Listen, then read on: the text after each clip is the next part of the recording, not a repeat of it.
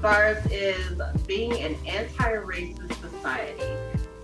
Tonight we are going to have some good conversations about racism in our society, racism in the gaming society, just because it's totally different.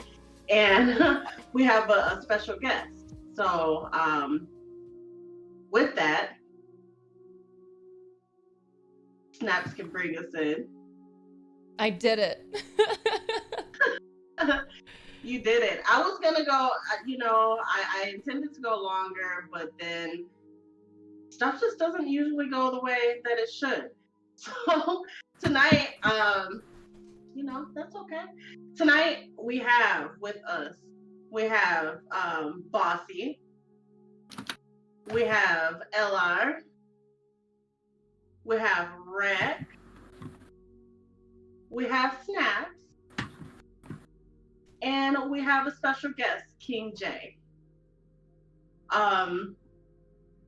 As you know, myself, LR, Bossy, Rec, and Snaps are here on a regular basis. I like to give KingJae an opportunity to introduce himself with a bit more detail. Okay, cool. So I'm KingJae, competitive Tekken player in the UK, known for Tekken, making content for Tekken and Street Fighter. Pretty much been making content to educate people on how to play the game at a competitive level. Been doing it for I'd say like maybe 10 years. I've been doing it for. Started to branch out quite a bit, started streaming. And then, last year I was TwitchCon brand ambassador for the TwitchCon EU. So, I was doing like meet and greet and doing talks and stuff like that. I've kind of just want to expand the channel and expand the brand. So yeah, that's me. How long have you been streaming for? I would say like 5 years. I remember getting the partnership when there was no affiliate. So I think it was like maybe 4 years ago, 3 years, 4. Damn. Yeah. And it's quite hard as well because fighting games are not popular on Twitch at all and YouTube, so it was really hard to get the partnership. But I think it was just like a case of like personality and collaborating with other people that kind of got me there. So yeah. You also create content on other platforms as well? So I would say I've started to use Patreon a bit. I'm starting to get a bit better with it. I still don't understand it fully, but I would say YouTube and Twitch are the main sources. Twitter, I post some funny stuff when it comes to like in-game content, and I like to try and shed a few kind of like knowledge on like the industry and stuff like that as well. Just try and help motivate people. So yeah. Awesome.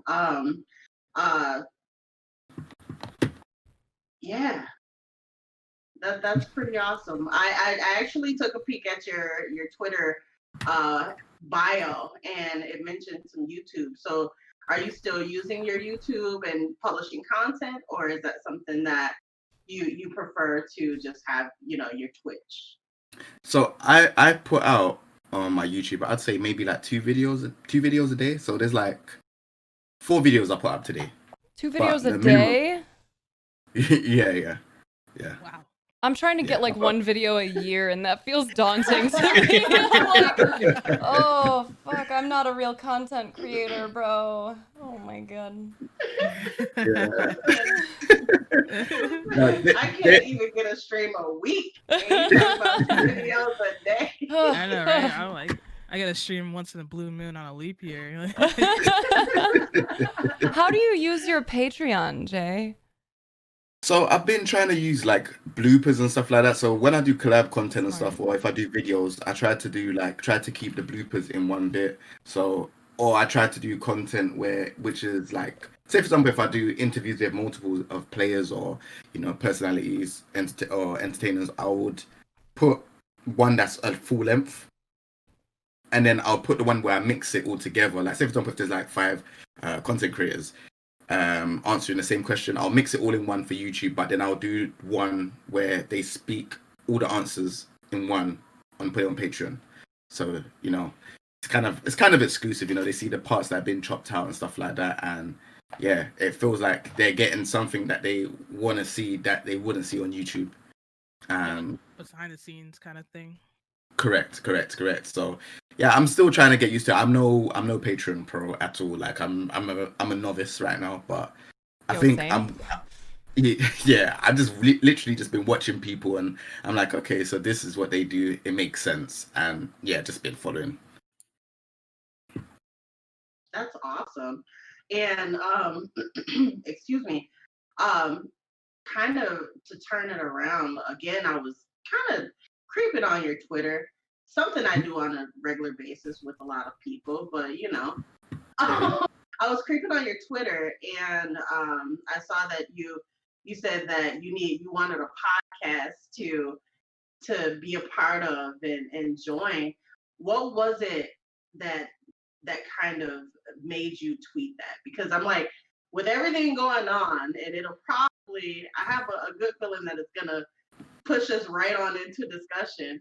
What was it that prompted you to tweet that? What made you feel like you needed a platform to speak with on? I think it was just generally to do with what was going on with just all the stuff that I was seeing. I was seeing a lot of stuff in the gaming industry about statements, allegations, stuff like that, and it was stuff that made me feel sick. Number one. Number two, it made me feel like, you know, the people that are higher up are the people that are doing most of these things, and it's like the people that are working hard, like myself and other people, we're not getting to where we're getting to. We're not getting the, you know, we're not getting to the stages where they're at. And for me, it was just like, I'm just sitting there and I'm thinking, look, I put out so much content, Twitch, YouTube, like, you know, there's over 1,000 videos on my channel, on YouTube. There is, I remember in lockdown, I've streamed over 500 hours. So it's like, I'm putting out so much like energy, and plus I have a newborn. You know what I mean? And it's like, I'm still going hard. And it's just, there's been so much things that have happened in the industry that I've kind of said, but I haven't gone fully out there and said, look, this is what's actually going on. And it's just, yeah, I just need a voice. 140 characters on Twitter is not going to help, man. It works, and you know, you get the engagement, which is the likes and the retweets, but it's not enough. You know, it's not enough. Absolutely. I absolutely agree. I've had my share of Twitter threads that don't always share Twitter threads and Twitter errors. Like, my tweets are full of just errors. With that, I think the Twitch video, the latest video that Twitch put out, was one that I did not even get a chance to start a thread on, because I was just like you said, 140 characters or 240 characters is just not enough. And I'm like, whoa, okay, I'm gonna speak my shit, but I know on Friday that's something that we can talk about. Did everybody here see that video? Oh yes. Yes. Yeah. Yep. I did not get a chance to, Oh, what a shame for you. but Oh, I there's have so a much. general idea of. You don't want to I've see seen. I don't want to, but I've seen bits and pieces of the video, and that's a video that Twitch, a multi-million-dollar platform, put out. It is. It was a video. It was. That's indeed. a video. Yeah. I think I'm just gonna go in and just say how it is. The video to me was it just didn't represent what we're actually trying to fight for. And it was like, you know, I think there was one black person in the video, and then there was the rest was not black. And it was like, I think what they were trying to, I think the message that they were trying to do was get everyone else that's not black to kind of support black people. But I don't think the message was. I don't think it was clear, if that makes sense. Like, for something like where you're talking about Black Lives Matter and stuff like that, you should be getting quite, I'd say, a few snapshots of, Black content creators. Mix it in. But I saw Dr. Lupo, big streamer. I saw other streamers, and it's like, this is about Black Lives Matter. Don't get me wrong, Dr. Lupo has done his part as well. Absolutely. So I don't want it to seem like I'm being, just like I'm being ungrateful. It's just the case of when you talk about these things, it's like you should have Black content creators just to say how they feel. Like, you're getting other people that are not Black to be like, oh yeah, support Black people, but you're not understanding how we feel as content creators or how we feel going through the struggle. Because a lot of Black people, I'd say a large majority have gone through a lot of struggles, and it's not been projected on a large platform like Twitch, and it's not being projected on, stuff like YouTube and stuff like that as well. So it just felt like, hey, for the people that are not Black, support Black people. That was the message, kind of, from what I saw. Right. And it just was rubbish to me. I love Twitch as a platform, but the message that was given out, it was just rubbish. It's just like, hey, let's just do something to shut them up. Here we go. Throw it out. Good to go. Let's go and carry on with our lives. But this is what I could talk so much about this, man. It's just, Go ahead. Yeah, get into it. This Let's is- go. That's why we're here. it's just, this is what's been happening since, like, for example, the whole Black Lives Matter movement. I feel like a lot of people that was jumping on it that are not Black, I feel like they were only supporting it because we was all in lockdown. Now, had that been, I don't know, we was in a lockdown, I don't think personally that it would have been supported as much. And the reason why I say that is because there's been loads of different things that have happened in the past where, Black people have been killed unfairly, and we raise it out and say, yo, this is what's going on. But there isn't much people talking about it. There isn't much people engaging with it. But, seeing as we're all in our house now, and it's like, oh, yeah, well, this person got killed. We're all talking about it. It's like, well, what else can we do? We can't ignore it. We're sitting down on social media. So if we're sitting down and absorbing social media, we have to, we don't have to, but it's like, we kind of have to do something, And then I feel like, all these gaming companies that were saying, oh, yeah, we need to do something about this. And, oh, yeah, we're fully trying to support Black people. I don't think you are, because, if we actually really check it and really check these companies, how much of these companies have supported Black content creators? Let's be honest. If we want to be honest, like, we're on the show now, I have got good numbers for my social media, and I've hollered at some of these companies and I get the bottom of the barrel, and it's got to that stage where I just say no, and I just don't want it. There's no point sending it to me. It's not because I'm being ungrateful, it's because you need to know your worth. If I see someone else that has even less than half getting so much stuff, and then I'm looking at me and I'm like, hey, you're just giving me, I don't know, a keyboard map. You're giving someone else a headset, giving them a couple of headsets, this and the other, and I'm looking at you, I'm like, huh? So what are they doing different to what I'm doing? Mm-hmm. And I'm looking at numbers, I'm looking at everything, and it just doesn't add up. The only thing it adds up to, because I see several other people, is skin color. And I'm the person that hates to bring the race card. I hate it, because it's a thing that people think, oh, okay, he's just saying it because he just doesn't want to work hard for it, or I hate bringing the race card. I swear to you, I really hate it. But in the gaming industry, it is clearly there. As much as you lot want to, it's clearly there. You can look at these companies, for example. You can go on. All right, I hate to call them out on it, but if you go on, I didn't know that Philips have a gaming. They have a gaming Twitter. So I thought, yeah, let me go there. I done a review, checked it. When I checked there, there's no Black people. No Black people on their Twitter. I've watched scroll down, no Black people. None. Same with for example, Elgato. I know a lot of people know about Elgato streaming. I know, cool, whatever.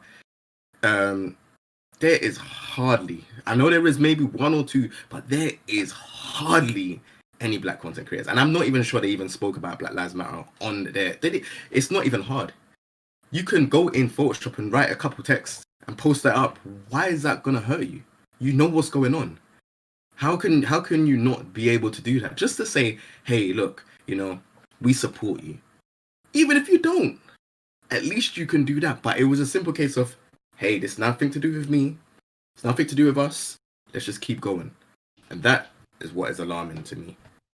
Yep. And the crazy thing is you say at least, but that's exactly what it was with a lot of people that I saw. Well, at least they put out a video, and Rec tweeted that exact thing. Rec tweeted it. Yes, that exact phrase, at least. Mm-hmm. It's all about who. Like, it's all about who's saying the at least on top of that as well. Like, the people that this does not affect always want to put the at least phrase out there. Mm-hmm. Well, at least this, at least that. I'm like, no, like we can't have a middle ground here if you want anything to change. It's either you support or you don't. Yep. There's no at least here. Those are the same people that come in and are just like, hey, I got to play devil's advocate here right now, man. Like, no, you really don't. You could try this other thing where you just shut up. Like, that's also an option. You could just shut the fuck up. I do it all the time. Watch me do it right now. Check this out. Easy. Incredible. 10 out of 10. Priceless. Thank you. Beautiful performance. Priceless. You know what also stood out to me in what Jay was saying there, that it, like you were saying, you kind of like honed in on the phrase at least. Yeah. Jay, you mentioning multiple times, like, it's not that I'm ungrateful. Like that part stood out because like that's not something that I think the average like white content creator has any feeling of, because there's a sense of entitlement there. Like, well, I've worked hard. I have the numbers. I have the name. Gimme. And it's unfortunate that how different the perspective is, that you're not getting treated with the same respect. And yet you still feel like you have to throw in that disclaimer. Like, I'm not being ungrateful for the not shit that I'm getting, but I do feel like I should be able to speak on this. Like, it sucks that that's even a necessity of our language right now, or seems to be. It's just the way how it is. Like, it's just not. I feel like it's just not gonna change. Even now, everyone's kind of lockdown's kind of lifted up a little bit. I don't know, in some countries it's not, but over in the UK it's lifted up quite a bit. So no one really talks about Black Lives Matter that much anymore. There's still people that are. Don't get me wrong, but it's not as impactful. I don't even know if that's even a word, but it's not as impactful as how it was when we was all in lockdown and we had nothing better to do.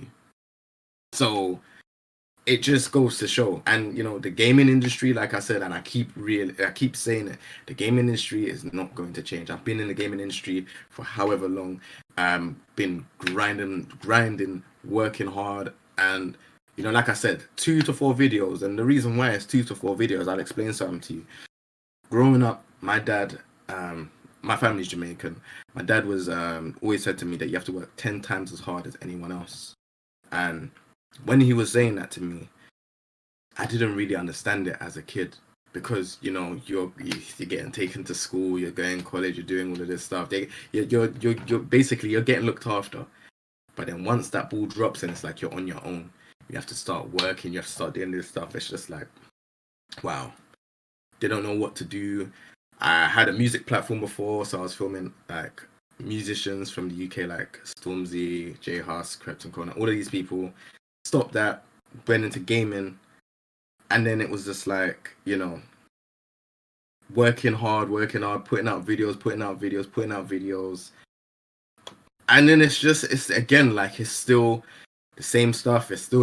You're asking for certain games. You don't get it, but then the next person does. How comes they get it? How comes I don't get it? You're asking for this, or for example, I will ask for this capture card. Okay, it's out of stock. But hey, next week that person has it. How does that make sense? This has been happening so many times, and I've literally had to just be so brutal with them and say, look. So I spoke about, no, let me tell you, sorry. I know I don't want to talk for so long. Story time, yeah. But story time. Elgato, I'm sorry, but it just has to be spoken about. I spoke about it on Twitter, so I'll speak about it again. I don't really mind. So Elgato, I reached out to them and I asked for a capture. I asked for 4K capture card, and I asked for 4K cam link. This is like a year or so ago. They said it's out of stock. They said they don't have any. So they sent me something else. They sent me like a HD 60 capture card. So it's lower than what I wanted. So I said, all right, cool, whatever. They then sent me the 4K capture card, 2 by accident, and they sent me 2 4K cam links by accident. This is what I wanted, but it was out of stock. If I'm lying, strike me down right now. They sent me 2. I looked again and I was like, this doesn't make any sense. They said it's out of stock. I got an email later on that day saying, oh, sorry, we sent you the wrong stuff. Can you send it back to us? Mm-hmm. And I looked and I was just like, you know what? I'm not gonna lie and keep it because I don't want to be stereotypical and they think, oh, he's stolen it, this, that, and the other. So I said, hey, this was the product that I wanted, and you said it was out of stock, but I will send it back just because, this is just what I'm all about, just being honest. So I sent it back. I didn't hear a word from them again. Went to TwitchCon. I was doing meet and greet, so I was the ambassador, so I was doing meet and greet, and I saw the guy and we spoke, and I was just like, he's speaking to me and he's like, oh yeah, we should talk again. And I was like, all right, cool. But then even then, there's nothing that's come from it. So it's just like, these companies, when I look and I'm looking at other people getting stuff, I've seen so many people in my timeline because I know a lot of content creators and they know who I am. They're very cool with me because they know that I'm not that type of person. I just kind of get on with what I do. I keep myself to myself. If I see you, I'll say hello, we'll have a chat. That's it. Get on with what I'm doing. So I've seen other people that have got stuff and I've literally asked them like, hey, like, what's the deal? They're like, oh yeah, they just send it to me. We know we talk regular in the emails. And then from then on, I said to myself, it has to be the color of my skin. It has to be. Because I put out more videos than other people and they get views. I get views on my streams. I'm active as hell. Like, I'm crazy active. I have a newborn that's 3 years old. I mean, not 3 years old. 3 weeks old. Sorry. I'm tired. 3 weeks. 3 weeks old. My bad. 3 weeks old. But I'm still able to put out 4 videos today. I was able to put out 2 yesterday. Mm-hmm. And I was able to stream the day before. So then, what is it then? Because, and I don't cause any trouble. I haven't caused no trouble, anything like that. I just get on my work, do what I'm doing. So what is it? I creeped on your stream too. I looked back through some of your streams earlier today and I saw the community engagement. Yeah, we were all creeping, right? I saw the good community engagement though. Like, it was very clear that you have a community, not just people who watch sometimes. Like, you have a community. That was, I think, very evident. And from everything I've been told by various brand reps, like, that is what they look for more than numbers.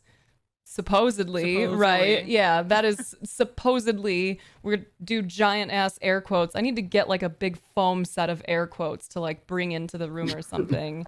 But supposedly that's supposed to be one of the big parts of it, is if you have clear engagement and like what I would consider to be like true influence, right? Like, people actually listen to you. They're interested in what you have to say. I think it was really evident from all of the platforms that all of us creeped on that you have that. Oh, yeah.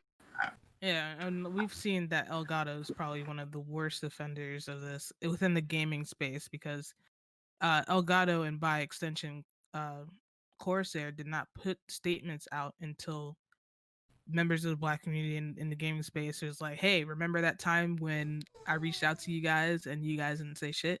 Like, it took people coming after Elgato for them to just put the brand template out there about like, we support Black lives, when it's convenient. They did like a triple whammy brand one, right? Didn't they? Because it was them plus Corsair plus I thought another brand even. Yeah, because like Corsair owns like whatever the other 4 brands are. So like, it's like the umbrella. So it's the same message across all 4 accounts, 5 accounts. Yeah.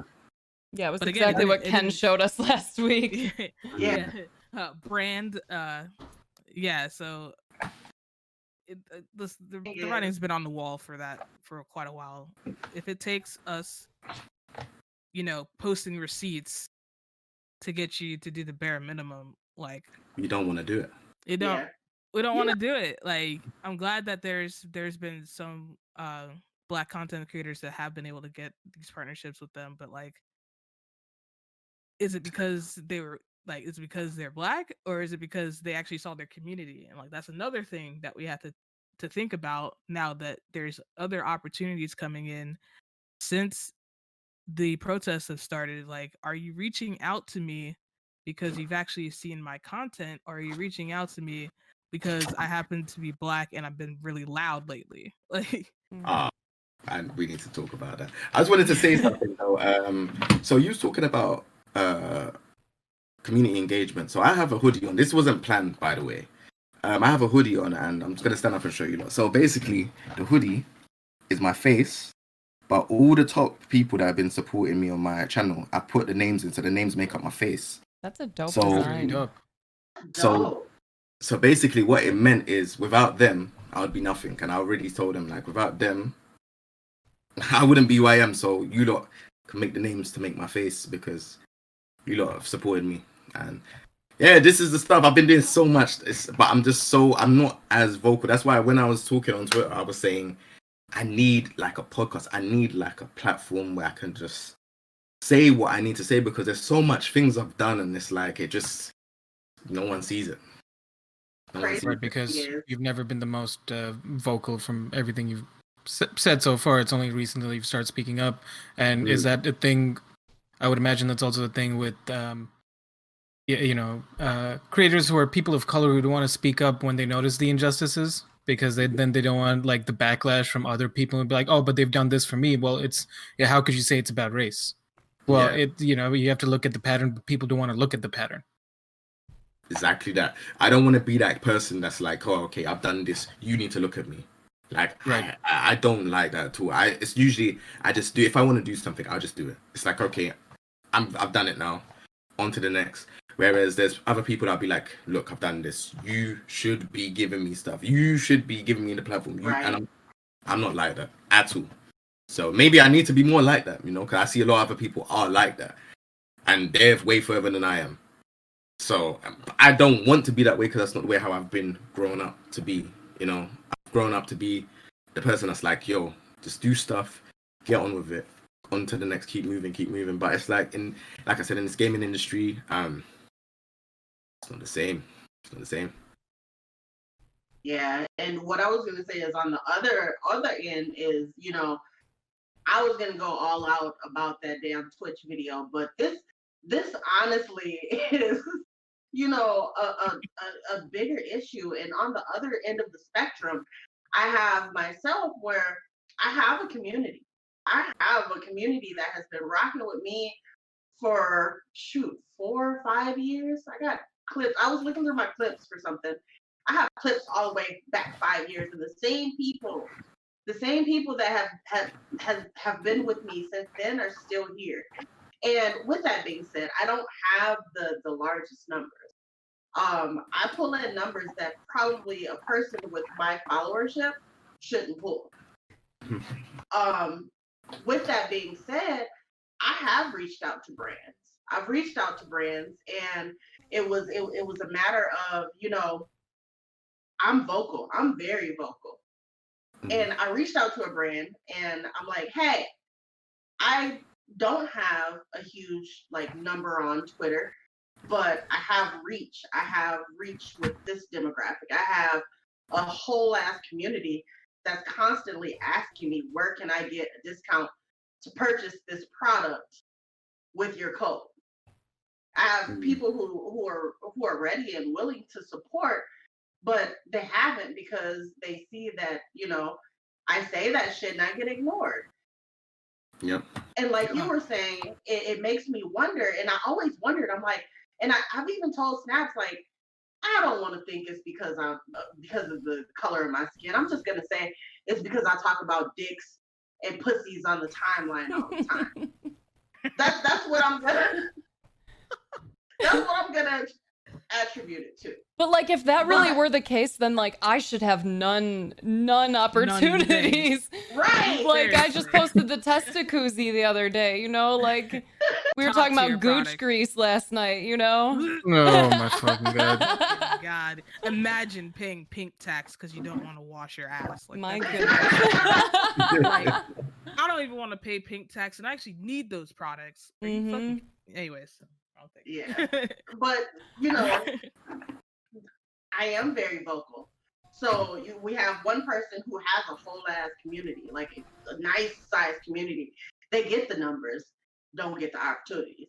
You have somebody who may not have the necessary numbers, but it's a lot of other people who don't, but that's neither here or there, that has an office full of people who just would support the fuck out of her, has a family full of people who would support the fuck out of her.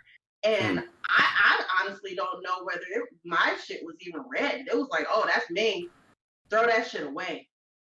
And like, I mean, I know which company you're talking about because there's another part of this too. Like when they initially started their like affiliate code shits, whatever, there was no guidelines, and they handed out those affiliate codes and links and stuff to people who don't even stream. Who don't? Who are you talking about? You know, somebody, but you know, I can't say. It's not for me to say. But like, they're handing it out to folks who don't stream. They're handing it out to folks who didn't really have like a community of their own, in a sense. Like it was very much a very shared pool for them. And like other things too. And then they decided to put requirements and put things behind the you need X amount of followers, you need X amount of concurrence, you need X amount of whatever. And like with Ming, with Sunny, we've seen how much she's moved for that company. And for her to get the cold shoulder on that, you know, compared to the people who are on that brand still to this day, it blows my mind because I see it on Twitter all the time. People will ask her, "Hey, can I get your code for this?" And she has to sit there with the company tag saying, "I don't have a code," because you know, like whoever asked tagged the company, and it's like, they can't not see that, right? They can't not see that. So, and like we said, we'd hate to pull the black card, but it's a process of elimination. When you see who this particular company and others, who they represent, who they sponsor, who they give like the best loot to, you know what I'm saying? The common denominator is that they're all white. White, or they're a black dude. And or one thing about getting opportunities as a black creator is fucked up, because you look at these and you say, oh, you know, white person, white person, white person. We have a, you know, Indian person. We have a Mexican person. We have a Asian person. We have 2 black guys. Those 2 black guys make up for like however much diversity they think that they need. It's fuck black women and fuck the rest of the black guys who probably bring in more numbers, but we got enough. Yeah. I think to touch on top of that, I feel like most of the black content creators that do get stuff, I think they're very quiet. Now this might be controversial. I'm not gonna say names, but it's just from what I've seen of a lot of the black content creators that are big, they don't really talk up as much, and the reason being is because they're scared to lose the sponsors. Now, this is a big problem, because this is where the cycle is always going to happen. When my time pass and, you know, keep generations passing down, it's always going to happen, because people that are higher up, that have the, you know, the big, you know, sponsors or whatever, they are gonna just not say anything. Oh, I'm here, I'm at this, but I'm comfortable. They're looking after me with products, and they're showering me with, like, I don't know, screens, monitors, headsets, and stuff like that. So why should I talk up and jeopardize this? I work so hard for this. because you're trying to make a stand for a change. And this is the problem. I was looking at a lot of these stuff, when this Black Lives Matter stuff was happening, and I was really looking at the bigger content creators, and I was just like, what are you saying? They might do one retweet to show that they're a part of it, but you need to really make a stand like everyone else was. So it's difficult and it's hard, but I don't know. And ultimately, I will say that it's about engagement, but that engagement comes because it's about color. Like, we've had this conversation. Like, this is a conversation that's probably never going to go away. And the crazy thing is that we've had this conversation before, but it's different parts of this conversation, and it's unfortunate that we continue to be able to even have this conversation and it's still new. You know what I'm saying? But I'll give an example again of myself. Snaps will retweet something that says, "Hey, go support this person, go to their stream, make them happy, break the streamer." 500 people go. They say, "Hey," or she retweets my business, "Hey, support Sunny. The Snap Pack shows the fuck up." But all of those other people who aren't part of our collective community, they don't even like the damn post. It's just like, you'll see a post that has like 1,000 likes or retweets, and one that she does of like myself or Rec will get maybe 50. Yep. Maybe. Then you take that Twitch video again. We're back to the Twitch video. That fucking Twitch video with Dr. Lupo had like 3,000. And again, absolutely love Dr. Lupo. This is not on any of the content creators that were in that video. Yeah, this is about Twitch. That video had thousands of likes. It had hundreds of retweets. But then you go and find the video of the Black content creators that they put out right after George Floyd was killed, and that video, it has 700 retweets, or 700 likes, but 700 likes is 3,000 on an account that has like what, almost 7 mil. Right. Yeah. They weren't trying to do no like press release or email to people. They were just literally trying to put out a tweet. Again, like I said, I've been in the scene for so long and I've seen it. It's just a hush. It's a hush tweet. It's like, look, we want you to know that we're here for you. We're gonna put out something like this. That is it. It's just a hush. It's a hush tweet or a hush post, social media post. Again, this is what all the gaming brands were doing. It's just to basically say, look, we don't want to be looked at as we're doing unfair stuff in the gaming industry. But really and truly, you are. Because, again, if I was to be honest, how many Black people in the gaming industry are senior this or senior that, or, chief this or CEO this? We're all at the bottom. We're all at the bottom. Let's just be honest. I can only think of one, and that's the Black woman that's CEO of Evil Geniuses right now. That's the even then, that's recent. Like she got that position like maybe about a year ago. Yep. Like, yeah. That's the only person, the one only person one. out of how many companies, Thousands. how many brands, how many brands? Or worse, we have Black people in the space, but they're the VP of diversity. That's it. that is it. They need someone there to be there for that role. But if we're talking about in a general structure of these type of brands, like when you're going to like, Twitch cons and stuff like that, and you're going to the stands and stuff like that, are you seeing Black people there? Are you seeing? Well, there we go. And that's in America and that's in the EU. When I'm going to all of these different stands and stuff like that, I don't really see it, and I'm like, what's really going on here? Like my whole problem with this is I came into this to show people that it's not just white people and Asian people that play fighting games. It's not just them that can be good and do good, and I have come a long way.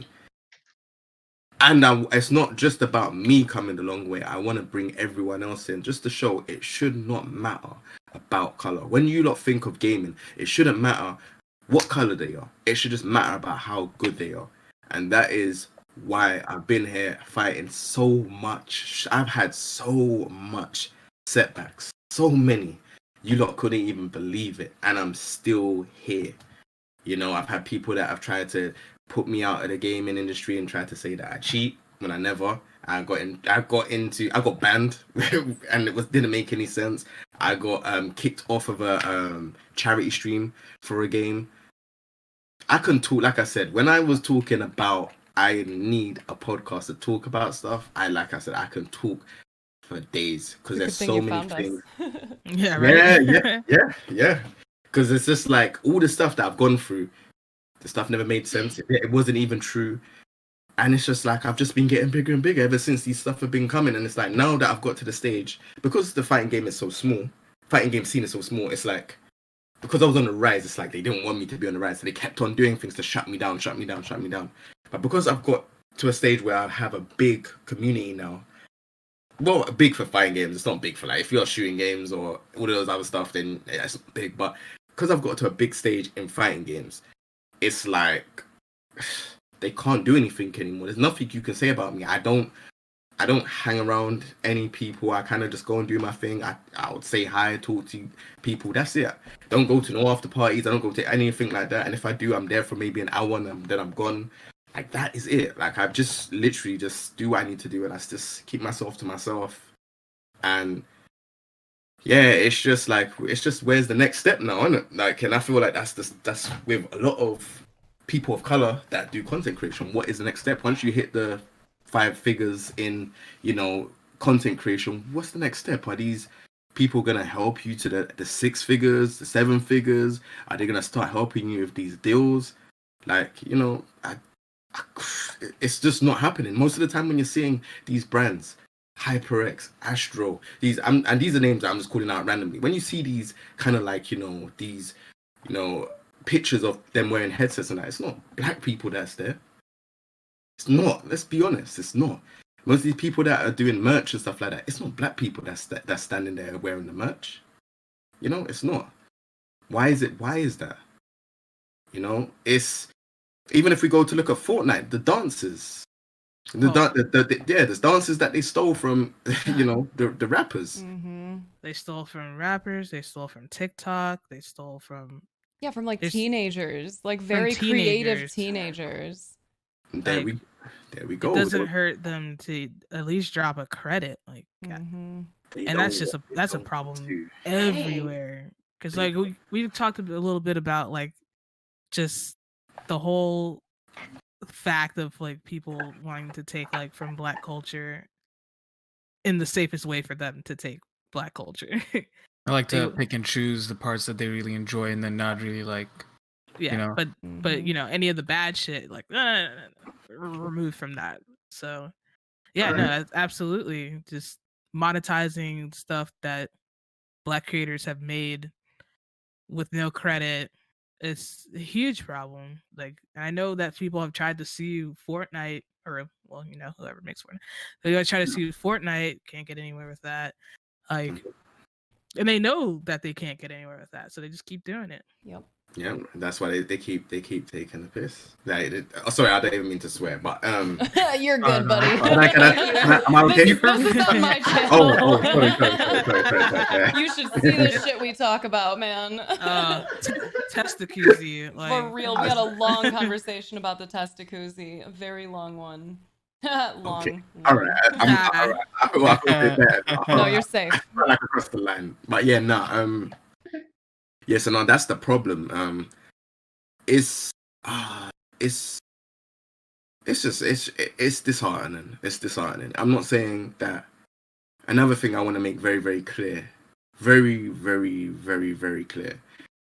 When most of us Black people are saying Black Lives Matter, we're not saying that we should be treated more than the white person or the Asian person. We are not saying that. We are just saying that we should be treated equally. You know, everything that you see should be treated equally. You know, once Someone we, tell Terry Crews that. I don't know what's wrong with him, but yeah, like once we done Black Lives Matter, and you know we're at equal. So right now we're here, everyone else here. Once we get to once we've done Black Lives Matter, and we're all here. Then it's all lives matter. That's what it's all about. It's this is why I can't stress enough that it's good that we put the power, and obviously people. I'm more than sure people have done research that are not black, and they've done research into the culture and stuff like that and understood stuff. But there just needs to be more in the industry, just in everyday life. It just needs to be more that needs to be done. So on that note, can I bring us back to the video for a second? Yes. So do you, and this is something I think that like Bossy, especially like whenever I'm trying to think of how to form a message, and I want to make sure that it's as inclusive and like well thought out as possible. Bossy is one of the first people that I go to. So I'm wondering how all of you would feel, and then especially through like Bossy's lenses. Was there a way that they could have created some type of here's how to be an ally video, since it seems as though that was kind of the direction they were going, was allyship? Is there a way that you think they could have changed that message? Like, is that a beneficial thing? And if so, like, how could they have done that? Bossy or all of this. I think there was a good way that it could have done it. So at the beginning of the video, they showed where the black guy was talking. Mm-hmm. They should have maybe had another thing that kind of showed what was going on in terms of like, the whole Black Lives Matter campaign. Then say, like, just a black background, nothing fancy, just a bit of text. Here's how to be an ally. Boom, Dr. Lupo. Boom, this person. Yeah. Boom, that person. Boom, that person. Then you just say Black Lives Matter. Bingo. But what you did was, it was just like, oh, hey, we'll put everything randomly together.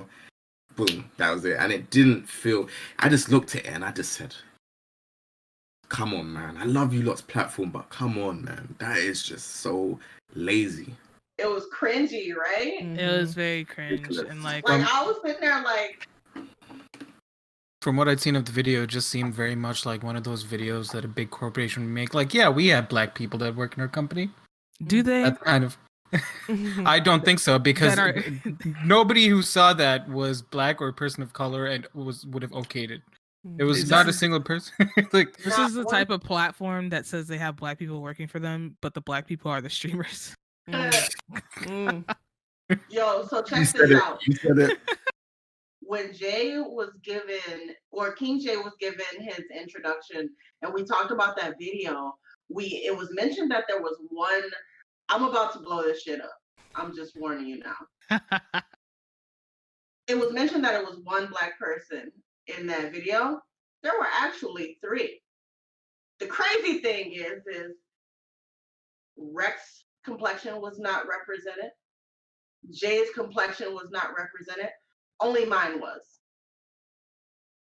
Because it actually took me a couple of times to go through that video. I only saw 2, so I totally missed the third person. I did too. Because their skin tone was so close to all the other white creators, and they only showed that person for a flash that I missed it. Like, so if I'm missing it, I know damn well a lot of other people are missing it. Did you know that there were 3 from the Twitter thread about it, Sonny?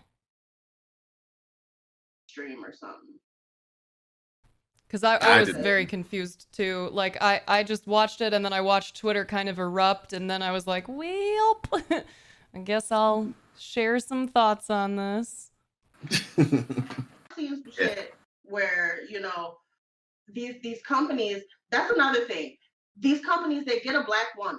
When they finally get a fucking black woman, it's a light-skinned woman. Like, bitch. And I'm light-skinned, and I'm like, well, there went that. What do you think? Do you have an example? Give them. I don't an example of none of these companies getting a black woman. I'm just talking about just based off of like shit on TVs. Oh, okay. Because I was just like, I was just trying to think like, has it happened? Because I can't, or if they have, I haven't recognized because they probably picked someone lighter than Snaps to represent Oh. them. I'm the one that the camera Like- light is reflecting off of, if you're wondering, if you're new here. Here's my sunglasses. The only one that I can think of that actually, there's only one company that actually has a dark skinned woman, and that's Mira, and that's Sims, and that's because she kicked the fucking door down. Yep. And they couldn't do shit but, you know, give her They had spot. no choice. They had no choice because she wasn't. That train wasn't stopping for anybody. Right. And I have seen other conversations going around too that like, they get kind of caught up in the pool of being like the same, like 7 or 8 people to represent, you know, every February, or for whatever the next Twitch promotion is, which you talked about too, Sonny. That like, it feels very much like Twitch is just profiting off the struggle. I mean, because they flat out are. They wouldn't have put out a message if they weren't going to make money off of it. Straight up. I disagree to an extent. I feel like they're profiting, but at the same time, I feel like they're doing they are doing something. That's the worst one thing we gotta say, because like I said, when we was getting through that stuff and the whole Black Lives Matter was happening on Twitter, there was people that was not posting anything about Black Lives Matter. So we can't say that okay, they're profiting. That they are profiting, but at the same time, they are doing something. But there's something that they're doing could be done better. But is that something that we put within that phrase? At least they are. That's what I was thinking immediately. Is like, is this another one of those bare minimum situations where people are like, "Hey, I did a good. What do I get now?" You know, Because like that conversation we had in chat that one day about the BLM badge in chat, and we were like, oh my god, it's a nice sentiment, but do people it's- need to be rewarded for like human decency? That's the whole problem we had with self-proclaimed allies centering themselves during this time. That's like, hey, look at me, like I totally support you guys staying alive, but like, that's great. Thanks. What action have you taken? And that's the same thing with Twitch here. Yeah, you've made videos, you said your canned statement. What have you done since then? What have they done? You know what kind of makes me sad?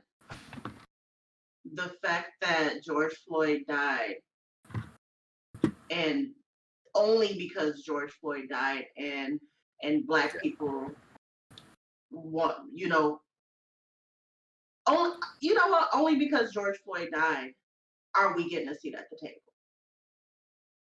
If It's the combination shit, of things, yeah. If But that shit mostly hadn't taken place,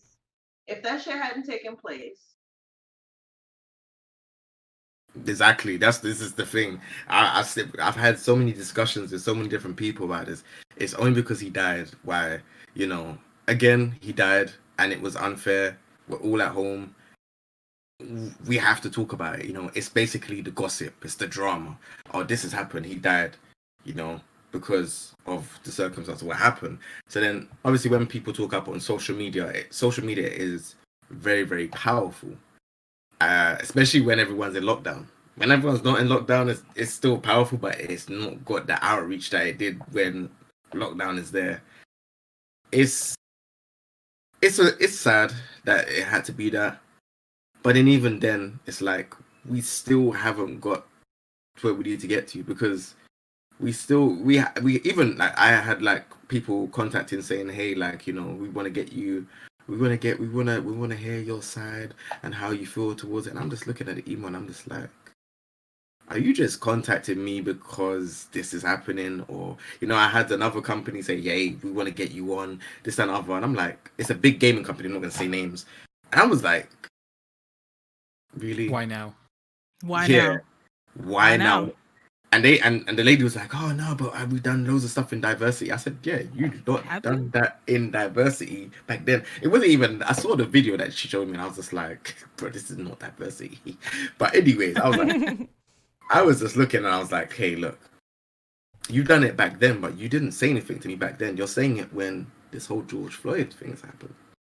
And you can see I'm vocal and I'm getting a lot of retweets, I'm getting a lot of likes, and you can see that I'm getting a lot of attention. And that's the only reason why, is because it's all about engagements. It's not about how people actually generally feel about this whole movement. It's about engagement.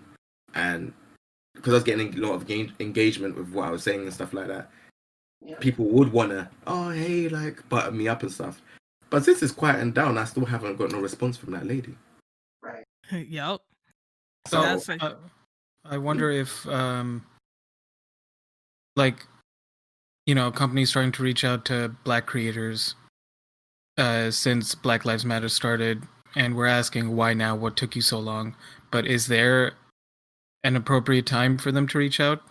Like, once companies start realizing, which they haven't done for a lot of them, but let's say there's a company, hypothetical company A exists, and they're like, shit, we're pretty whitewashed, let's change things up. They restructure. Like, at what point do we say, all right, finally you've made change and you're reaching out, thank you? Is it because, not thank you, but is it once we see them making those changes internally and they're being transparent and they're, you know, resonating with the same kind of messages that the communities across are resonating with, and that's when we're like, all right, cool, now I'll work with you? I mean, That's a good one. That's a good one. for me, like, I kind of feel like the action's been tainted. Like, no matter if it happened after George Floyd, from that moment on, there's always going to be that thought in the head that you are only reaching out to me because you realize Black people exist and that they shouldn't die, or at least someone told you that, and you're trying to save face for your company before you get roasted alive on social media. It's always gonna have that stain on it, at least from my point of view. It's Yeah. always kind of had it though, right? It's kind of had it, but it's far worse now. Like, Yeah. yeah, It's always been like that. Oh, I'm your diversity token. right. And type that, of like, thing. just like the same pool of 7 to 8 people that Twitch pulls for their whatever Heritage Month that it's gonna be, whether it's February, whether it's Hispanic Heritage Month, whether it's Pride, whatever it is, it's the same thing. That's they pull from the token pool. Can I ask you a lot of question? Go for it. No. For a second, he stopped. He's like, "This bitch." So when you lot go on the Twitch front page, yeah, how much people do you see that is Black on the front page? Before or after George Floyd? Yeah. Okay, both Before, almost none. Yeah. Unless there's like some kind of special event ratio. going on. Mhm. Right. After George Floyd, and we've spoke to some folks in the community, like partnered streamers. After George Floyd, Twitch just started throwing them on the front page without even telling them Yeah. that they would be on the front page. So they'd start stream, and then within an hour, suddenly they have 600 extra people, and they're just like, "Huh? Oh, I'm on the front page? Yep. Why didn't anyone tell me? I have no mods for this." Yep. So And that's the thing, like, I'm sure there's plenty of people who are listening who are like, but you got front page, be excited.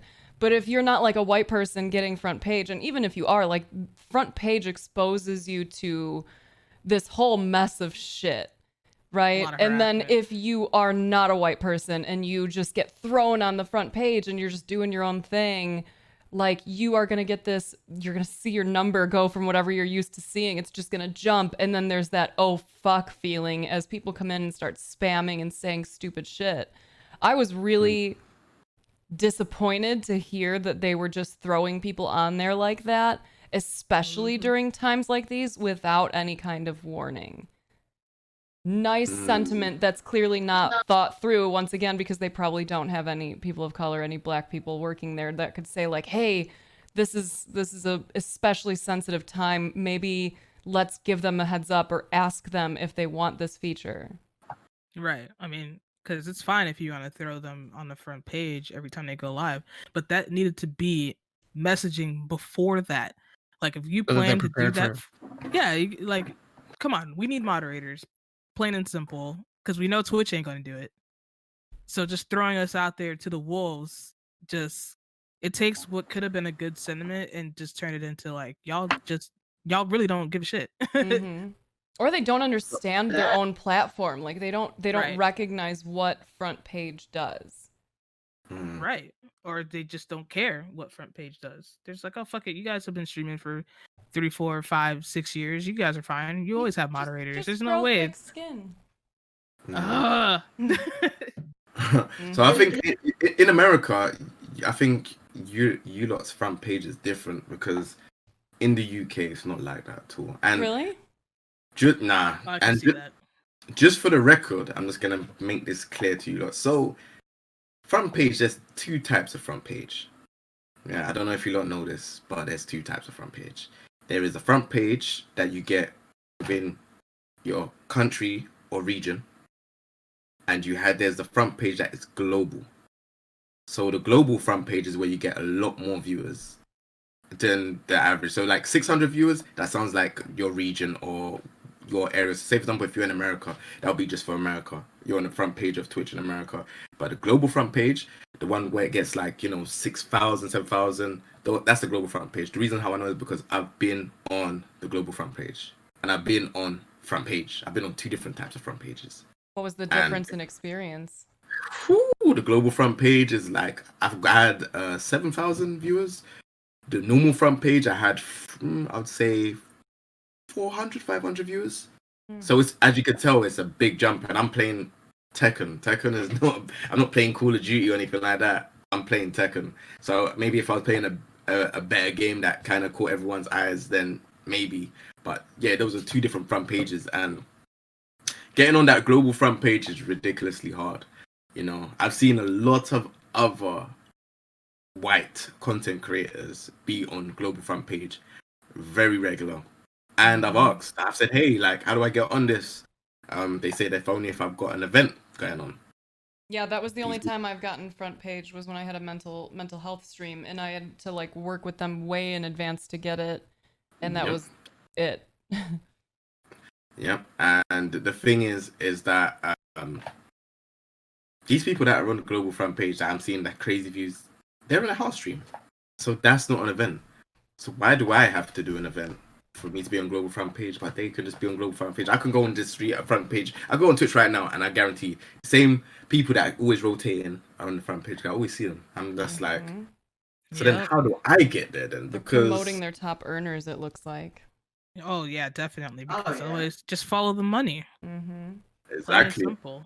And they're on creative campaigns as well. 'Cause I've seen them, some of them in adverts, and I'm like, what's going on here? What am I doing that? What can I do to be there? Because I know these campaigns, they're getting paid a lot of money, and they're on global front page. Like, how is it this hard to be on global front page? If you look at like, again, I hate to bring up what I do, but if you look at the stats and the amount of time I've been streaming, the amount of content I put out on Twitch, how can I not even be able to be even just a little bit of a spotlight? Just give me a little dim. You don't even have to give me the full light. Just give me a little bit. Just turn it on a little bit. Why can't I get that? It just doesn't make any logical sense. Like, I haven't been banned. I haven't been cautioned on this on Twitch at all. Like, there's no reason to, because I don't do anything stupid, And I still don't get there.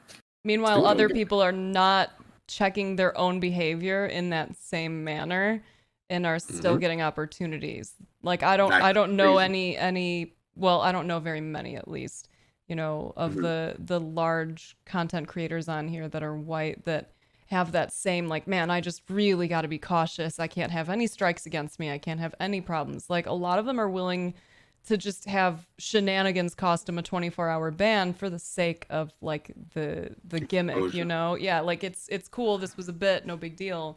Meanwhile, y'all are, like, watching everything you do out of fear of losing potential opportunities that are not being extended to you at the pace or rate that they should be.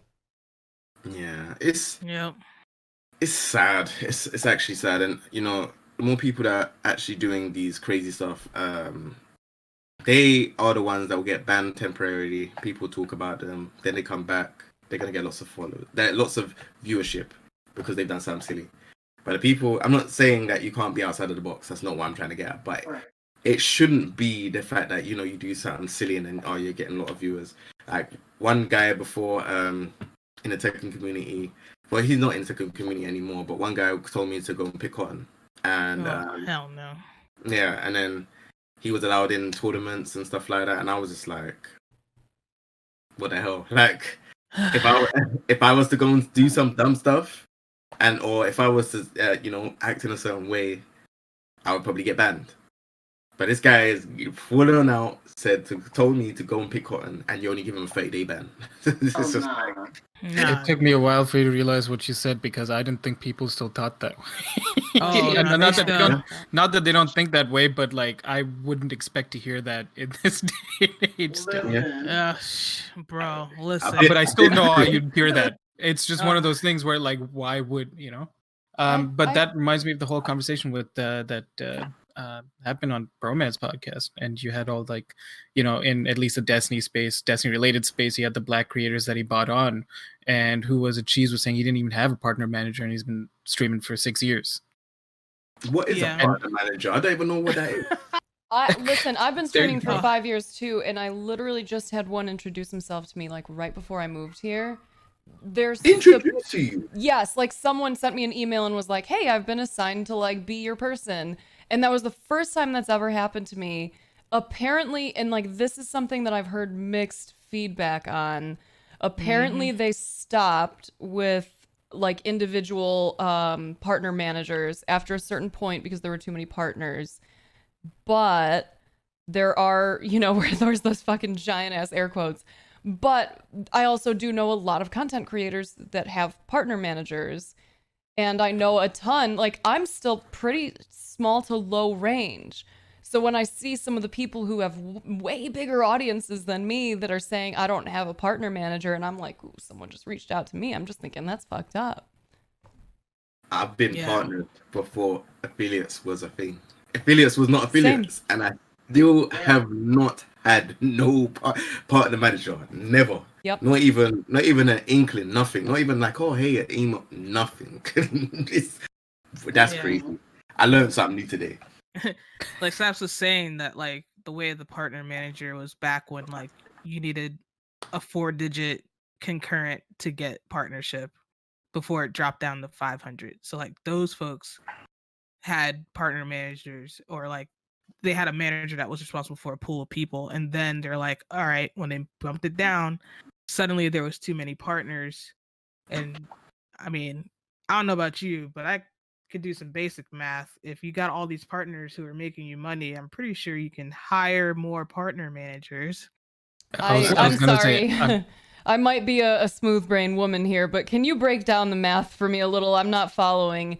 You're saying you could use money to pay people to do jobs? no, but then that would be a waste of money because then we wouldn't be getting more money, us men. Oh, Oh, okay. you're right. Okay. Yeah, you're right. So, Got Sorry, it. the smooth brain jumped out of me. like that I don't was know enough far too about like logical. behind the scenes of Twitch or like, you know, it just seems, and putting aside Twitch's scummy shit and bias, it's just like it's very apparent, and it has been for a while, that Twitch is understaffed. Yeah. Oh, and nobody's spending the money to make sure that the platform can run right, but the platform functions just fine because you have the big streamers and they're just big enough and they do things just for them, and like everybody else kind of just benefits as like a bonus. Makes mean, sense. 'cause Makes sense. the top 100 earners can carry the platform themselves. Like, so Yeah. you might as well use what you get from everyone under the 100, I guess, you know, and just reinvest in the platform. You know, fuck this. This makes too much sense. Yeah, right? We're making too much sense. Shut it down. Get us Sorry, all the I gotta fuck out of here. switch the smooth brain back on. Sorry. I talked out of place. Oh my gosh. sense. It's I know, like, so it sounds like you and I have been partnered for around a similar amount of time, Jay, because I got partnered almost 5 years ago. And like Okay. I remember when I got partnered seeing something somewhere that said that there was like 11,000 partners, like across the board. That was it. And I was like, what- dope. I feel like I'm like in that inner echelon. I felt really cool about it. So I could understand if we were still in that kind of range. Like, you know, it should be very easy to assign everybody somebody. Now, obviously, there's way more partners. There's affiliates. There's people who need that support. But there's always the money to support the roles that would support the creators. Mhm. But they don't take the steps. That's too much sense. Mm-hmm. Much like How dare Don't- you? Don't they take a percentage of people that get subbed? So if Twitch take a percentage, there's more people that being partnered. What are you using And the money affiliates. for? And affiliates as well. So what are you using money for? And plus the ad revenue for people that are not partnered or affiliates. And there's bits. That's Amazon sucking it right up. Mm-hmm. As I'm if they just need more. saying. Just saying, man. Just follow the money. Like, can you imagine? Like, I don't even want to imagine just how much in ad revenue that they're making. Like, Oh, it's right this disgusting. second. And like Don't think about it. Don't think about it. Don't think about it. ads overall, like if you've ever run any kind of internet business where you need like to have ads on a page, like you don't get a lot. Like it's like under a cent per view. But considering that there's like millions of people that hit the page anywhere on Twitch, like it adds up. Yeah. So they're making a fuck ton of money, especially now that you can barely turn pre-roll off. Oh For my real. God. Oh. Like And you host a 60-second channel, ad. you host into an ad. I get 8 ads when I show up to someone's stream that I'm subbed to. Yeah. That shit's annoying. They're making money hand over fist on ads alone. They don't even need the partner part. Yep. And like I said, and then they introduced the bit program. And Which from is huge from overhead. our perspective Listen. on this as creators, it seemed very much like the bit program was less like what it was kind of marketed as. Like, oh, well, you can't get chargebacks on this. And more like, you've been making too much money in tips and we can't touch that. So let's find a way to incentivize people to support you in other ways that we can still take a big fucking chunk out of, you know? Have a penny here. Well, we wouldn't have the affiliate program if we didn't have third-party platforms like GameWisp. Oh, good call. Yes, I'm man. like, I never Like- really understood when you host a channel or raid a channel and then there's an ad placed in front of you. Like they need to remove that, man. It just doesn't make any sense. Like if I host a channel and they're saying thank you very much for hosting me, I don't see that because I'm in an ad. Like Yep. why is it taken so long to remove just that feature? Just Or even if I you're host- sub to them, you won't see it, but then your chat sees it, like Yep. whoever you're bringing over. And so the they're sub going to thing miss the is- initial. The sub thing you can switch on and off too. So like I'm subbed to somebody who keeps pre-roll on. So I'll go on their channel and I'll hit an ad. And it's just like, really? Oh, you get an ad even though you're subbed. Not because Yeah. it's voluntary. You got to choose It's to turn it voluntary. off. If you're a Yeah, free it's partner and you don't want your subs to see it. Right. And that Oh. particular individual keeps theirs on. I don't I mind didn't it because I know like obviously they're trying to feed their family, but it's another thing. There's just like you hit that page and it's like I'm gonna get an ad. I know going into this channel I'm gonna Mhm. get an ad. Yeah, no, And it they're the makes sense. worst ads. Why do they have Don't to be even- the the worst Trojan- ads? The Trojan ad, oh, it's so disgusting and misogynistic and terrible. Yes. There's They're all even bad. that damn Trojan ad. Yeah, that Trojan ad is bad. Like that's another company that has nothing but straight white men running it. Oh yeah, and I learned recently. I mean, it makes sense now that I've learned it. That some partners are able to negotiate the amount that Twitch takes from their subs. Yes, after a certain amount of subs that they hit, Yeah, they can negotiate. Yeah, and Really? it's weird. I will message you later. Apparently, it's something we're not supposed to be super talking about, which I think is super poopy. Since That's odd. Yeah, like it should be, especially since not everyone has a partner manager to be like, hey, you have achieved this milestone. Let's talk about this way that you can benefit from that. Instead, if that's the case, I shouldn't know about it. yeah, like it's fucking weird because I talked about it on another stream once and someone DM'd me and they were like, bro, you're not supposed to say that. You're not supposed to say that. I'm like, okay. Yeah, I forget my the bad. number because it seems like a sliding goalpost, but I've heard things like 2,000 subs you can try to renegotiate or whatever, some 4-digit number. But It's yeah, the same whole thing where they're like, oh, you know, it's rude to discuss your salary like with other Oh, that's some employees. Like, shit no, it's too. so it's That is- probably something similar to that, where Twitch wants to like control the for the money. people, yeah, where for the people who don't know or don't hear about it, or their partner managers are a little scummy and don't bring it up. Maybe they're like, hey, by the way, you can do this. Partner They're like, managers. what are those? They're like, we'll still What keep are taking those? 50% of your sub revenue. Yep. We know it's yeah. negotiable because you look at the top 100. You think they're still at 50-50? Mm-mm. For sure, Mm-mm. yes. You think Definitely. Lupo's getting 50-50 on 30,000 subs? Okay. Mm-mm. That is crazy. Yeah, it's some shit. Mm-hmm. Yeah. This conversation today has been like awesome. Like, damn. So, just kind of move us in a little bit of a different direction. Who or what company do you see that does representation right? That's gonna be that noise, that laugh right there tells you so much, everyone. Oh shit. that's a little difficult. Mm. I have to think about it. While we're thinking though, thinking. maybe this would be an opportunity for Bossy's expertise to come in again in the power of representation. Yeah. Like from Yes. a psychological standpoint, why it's necessary, how it helps. You know what? Yeah. Sorry, Zaka. You know what? The people that do represent the gaming for the black culture, they don't get the platform to do it.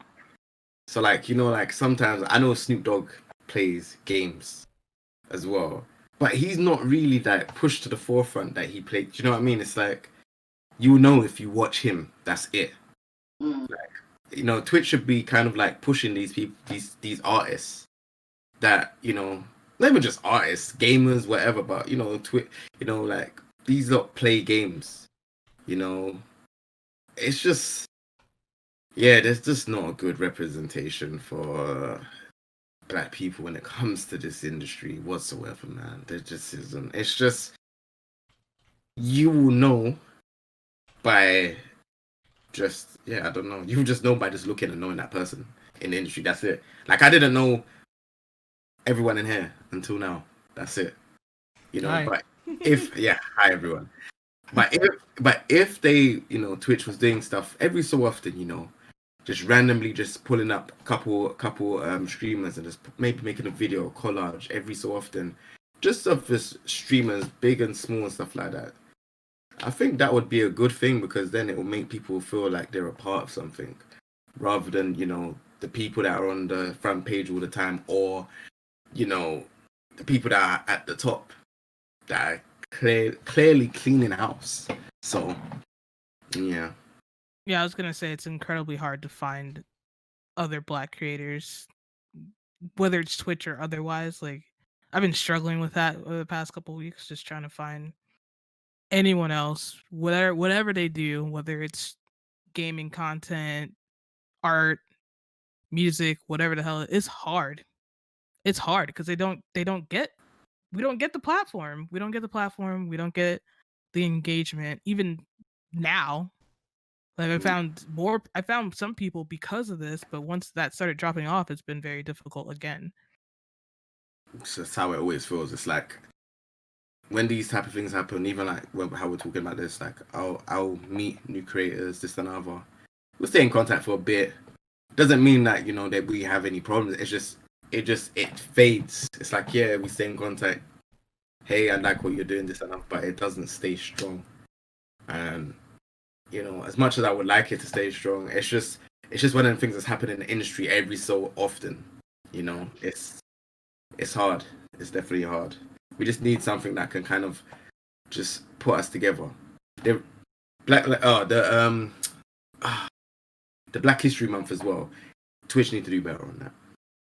They just need to do better. It's just, man, it's just not good. Like you could get a content creator for each day and stuff like that, but give each one of them global front page. Just give it to them.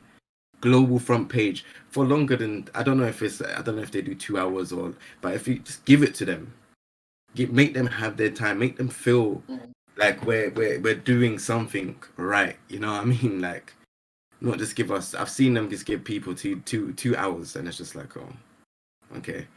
Some might argue and say they need to rotate and stuff, but if you're dealing with Black History Month and you're putting these content creators once a day on the front page, wouldn't you think just allow it for once for this one time? Do you know what I mean? I don't know. What do you not think? Gotta deal with pig. What were you thinking, Bossy? Yeah, while she deals with puppies, what were you saying, Bossy? Not gonna lie, I forgot my train of thought. Representation. Right. Representation. Well, I can go off a little bit off of ACEs. So ACEs is adverse childhood experiences, right? And it's a scale from 1 to, I believe it's either 8 or 10. And the higher your score is, the higher you are likely to have physical health problems and mental health problems, right? And being a person of color, it's not causation but correlation. I want to point that out there. There's a high correlation that if you're a person of color, especially a Black person, you're going to have a higher number, right? So already you're more at risk for your mental health and your emotional health. But with lack of positive representation in media and video games and all this stuff, how are we supposed to lower that number? Right? Because it's possible to not lower the number per se, because your experiences are going to be your experiences, but to lower the risks of mental health and bad mental health. Not bad, but I think y'all know what I mean. Right. Mental health and physical health. And so representation, when I was doing one of my classes for my schooling, my master's, I actually did because we had like a groups class, which means I literally had to come up with a curriculum for a group of individuals. And I, being someone who's Latinx and queer, I picked queer Latinx women because I was surprised they actually have the highest suicide rate out of all the LGBT. So suicide versus the highest homicide, which is unfortunately trans Black women, right? So, and I found lots of studies that showed that with positive representation being put out there, like we reduce those numbers, right? Which is like not that surprising. It's like, wow, imagine these marginalized people having positive, happy representation out there and looking at it and being like, maybe that can be me one day. Right? Yeah. Compared to not seeing that ever and just always seeing this negative representation. So I think that's why, I think that's what Snaps was potentially trying to have me talk about. I think so too.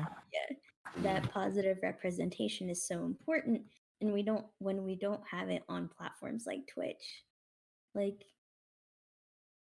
how is that helping anyone?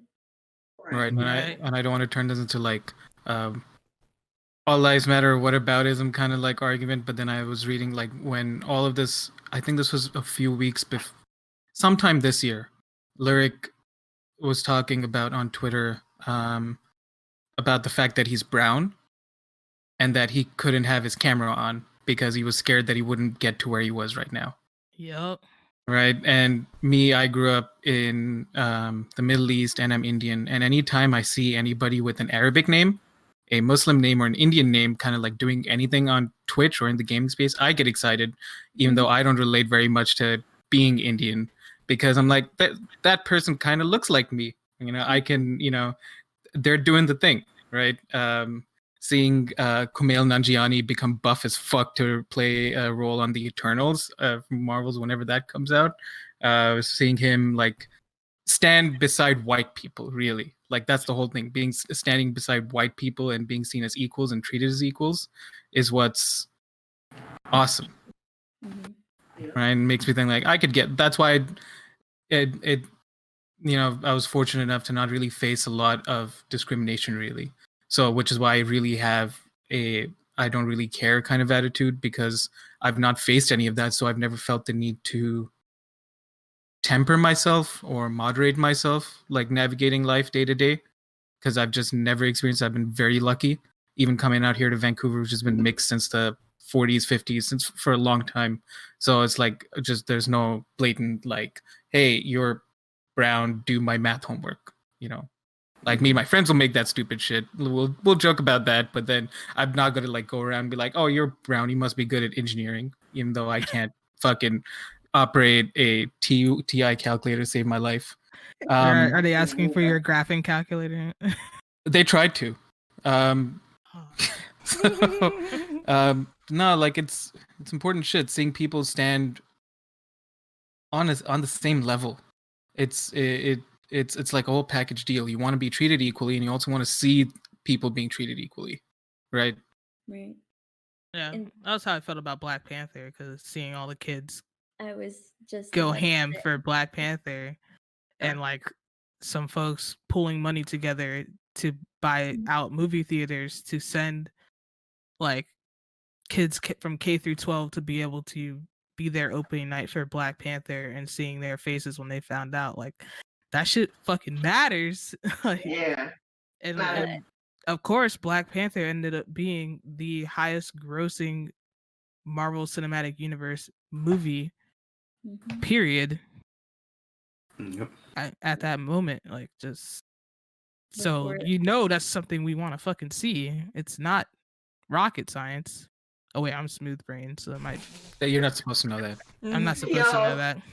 So I do want to take a moment to just kind of remind chat. Well, not even remind, tell chat, because I didn't tell you in the beginning, because I don't know, I'm a trash bag, but just kidding. I'm not a trash bag. I'm actually pretty fucking dope. But we will be taking questions from chat. So if you put them in chat, one of the mods will grab it. And coming up here soon, we will start doing a little bit of Q&A before we wrap up for the night. So as we kind of finish up with our conversations, you can get your good questions in there, and we can do what it do. Real quick to go back on the representation, before Rec answered my question and was in my head, I was actually about to ask if there was a positive representation that you feel is like your identities that you can think of that didn't have like an unfortunate ending or something bad happened to them or anything like that. I wanted to put that question out there to everyone on the panel. Mm-mm. From Flint, and I'm actually probably the oldest on this panel.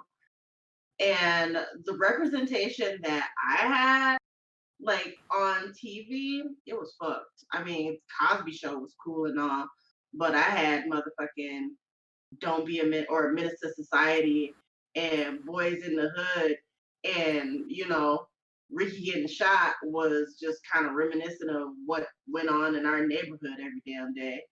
So as far as the representation that had a good and happy ending, the only one I can think of right now is the Princess Frog.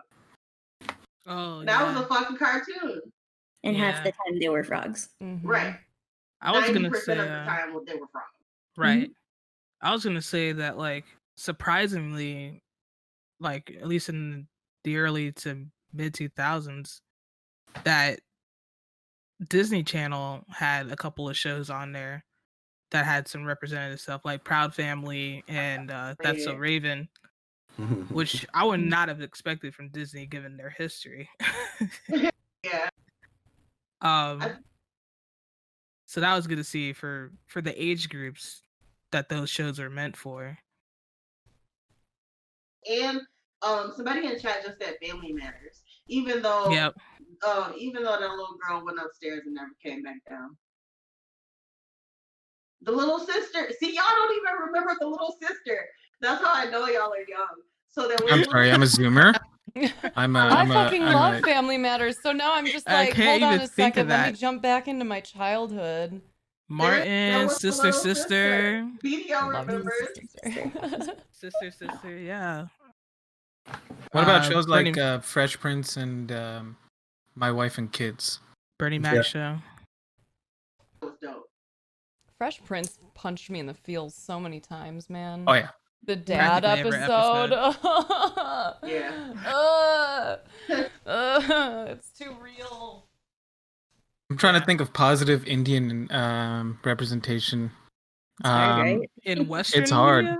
Oh, you remember what I texted you or messaged you about? Yeah. Because that fully lines up with this. Yeah. Yeah. There's actually a documentary about Apu that somebody made, and like his representation. Somebody sat down with a whole bunch of South Asian people and had conversations about Apu's representation.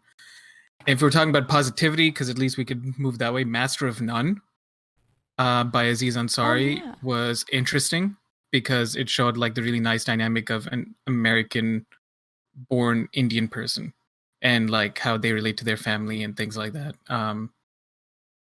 That's really it. Because otherwise you just have your standard run-of-the-mill Rajesh who's probably on the computer or with some sort of instrument fixing something. I don't know, you know? It was making me think of like some kind of like level of IT crowd or something like that. It's crazy. Like we talk a lot about Black, representation because the majority of us are Black and Black people, we're fucking oppressed to this day. But when you think about it overall, and as far as becoming an anti-racist society, representation, there's not enough representation for any marginalized group, period. Positive representation. Yeah. Right. Positive. Yes. Oh, I saw. Oh, hold on. I'll give you a second. I have to like say this before my brain explodes because I'll lose it. I saw a tweet. I know exactly, and it relates to that too. That said something about how there's a reason why women are depicted as such unlikable characters kind of across the board, and it's because they're predominantly written by men. And as I started sitting there thinking about it, I'm thinking about men writing women, the subreddit, first of all. Yep, that's what I was thinking. And then the very next thing I thought is like, oh my God, all of my life, like growing up and not seeing positive representation of women, I hated women too. I was like, man, they really do nag all the time. They're always on everyone's shit. Like, I'm not going to be that kind of girl. Like, that's some shit. Okay, that's all I had to say. Bossy, please tell me everything that you were going to say now. That made me think of, like, Married with Children. Like, that's one of the shows that right there is men writing women. Absolutely. Like, Snaps and I had a conversation. Rec and I have had conversations. I love women, but I don't like all women. Like, I be like, motherfuckers annoy me. Just honestly speaking. And it's something that I'm working on within myself to not be like, just absolutely annoyed at everything that everybody does. That's something that I am actively working on. But like, I will tell Snaps and Rec, like, no, I'm annoyed. No, and we talked about how we are conditioned to clash. Yep, and then Rec was like, everybody annoys you. And I had to take a step back and I was like, damn, bitch, you're right. I literally got sad for work on that. But you see where it comes from, right? And like that's one of the goals of having conversations like this is like we talk about so much with anti-racism being the work of recognizing it's not just the blatant shit you see, it's the stuff that you don't realize is like conditioned into you, like hating other women, like even black people hating black people. And they talked about that in 13th. And I thought that was like the way that they laid out all the points of how the media and the government and everything kind of really lined it up for y'all to start getting everyone to hate you and also getting you to hate yourselves. It's fucked up. Oh, that makes me think of, I don't know which show it was like Dr. Phil or whatever, that there was like some teenager that was basically saying like, I told my mom I'll never be like those Negroes. That type of shit. Like, we get conditioned to hate each other. Like, we just get conditioned to that. That shit is crazy. And people be falling for it. Yeah. Well, it's like almost 5 a.m. for KingJae, so early or late, whatever end of the dick you're holding. Excuse me? Whichever end? Wait, that Which was side? Which side? Wait, yours doesn't disconnect? Is that detachable? It's Jay's just like, I did not know this is the shit I was signing up for. I wanted to like say my piece. Oh my god. Yeah, this one is like, it is 5 a.m. and this bitch said, huh? Can I say what I was gonna say? Yes, first? please. Bossy, please deliver us from us. I was just gonna say like, because everyone was talking about the characters or whatever of positive representation. When I take some of my intersectionalities, like a queer Latinx person, I can think of one, and it's probably someone that a lot of people don't know about, right? If there is positive representation, it's so like far, and for me, it's America Chavez, aka Miss America. She's a Marvel hero. I talk about her a lot, so if you know me, you probably have heard her name. But like that's the one positive representation I can think of for a queer Latinx. Anything. The second thing I was going to say, because Reki bringing that up about how we're conditioned to sometimes hate within our own minority groups, our society is built to cause internalized racism, internalized homophobia, internalized transphobia, like internalized misogyny, even, right? With the pick-me's. Yeah. Oof. So with becoming an anti-racist society, that's the goal, is that once we are slowly breaking away from these shackles of racism, it breaks down the shackles of everything else. So being anti-racist benefits everyone, not just people of color. Yep. Damn, bossy. Trickles down. Damn. That was an amazing like, you know what, we're done. I'm saying I'm just playing. they sat Bossy so done pulled out the quietly, degrees. like this whole nice podcast. They sat there just on this big ass pile of knowledge. This is why I reach out to them every time. I'm like, I know there's a better way to say this. Can you help me to make sure that I'm not like positioning this weird? Because I want to make sure that I'm like fully inclusive across the board here. And it's because of those wisdom bombs that they can drop like that. Bossy Well, said, it's- yo, watch it. I'm about to drop these degrees on you. Plural. Y'all need to stop getting Mormon here. Nobody told you to wear a hoodie. Right? It's summertime. Do you know a good question that I would like to know from the panel? What's the worst form of racism that you've faced? Oof. This is a good one, just to understand the levels, because maybe not everyone understands the levels of racism that everyone's faced. So I'll jump into this because I think I'm still like on the lower end of what people have to deal with, but I'm half Mexican and most people don't know it unless they know my family. So I dealt with people telling me that, like, making Mexican jokes to me and making all kinds of racist jokes and shit. And then I would say like, hey man, cut that shit out. It's not cool. And they would tell me I'm not allowed to be offended because I'm not a real Mexican. So like that shit would always annoy the fuck out of me, feeling like I wasn't allowed to be a part of the group that I know I'm a part of because I don't look the part. And then because of my siblings and now my boyfriend being like actually darker skinned Mexicans, I've seen the way that they have been treated. Like one of my siblings doesn't go by his real name. He kind of whitewashed his own name to try and help give himself more opportunities. My older brother was one of the darkest people in our community, and he suffered a lot for it.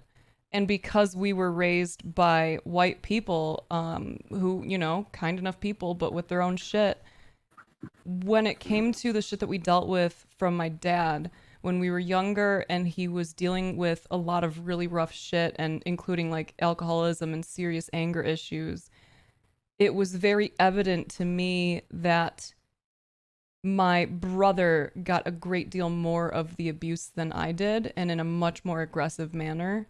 And I think a good part of that is because it was clear that he was Mexican.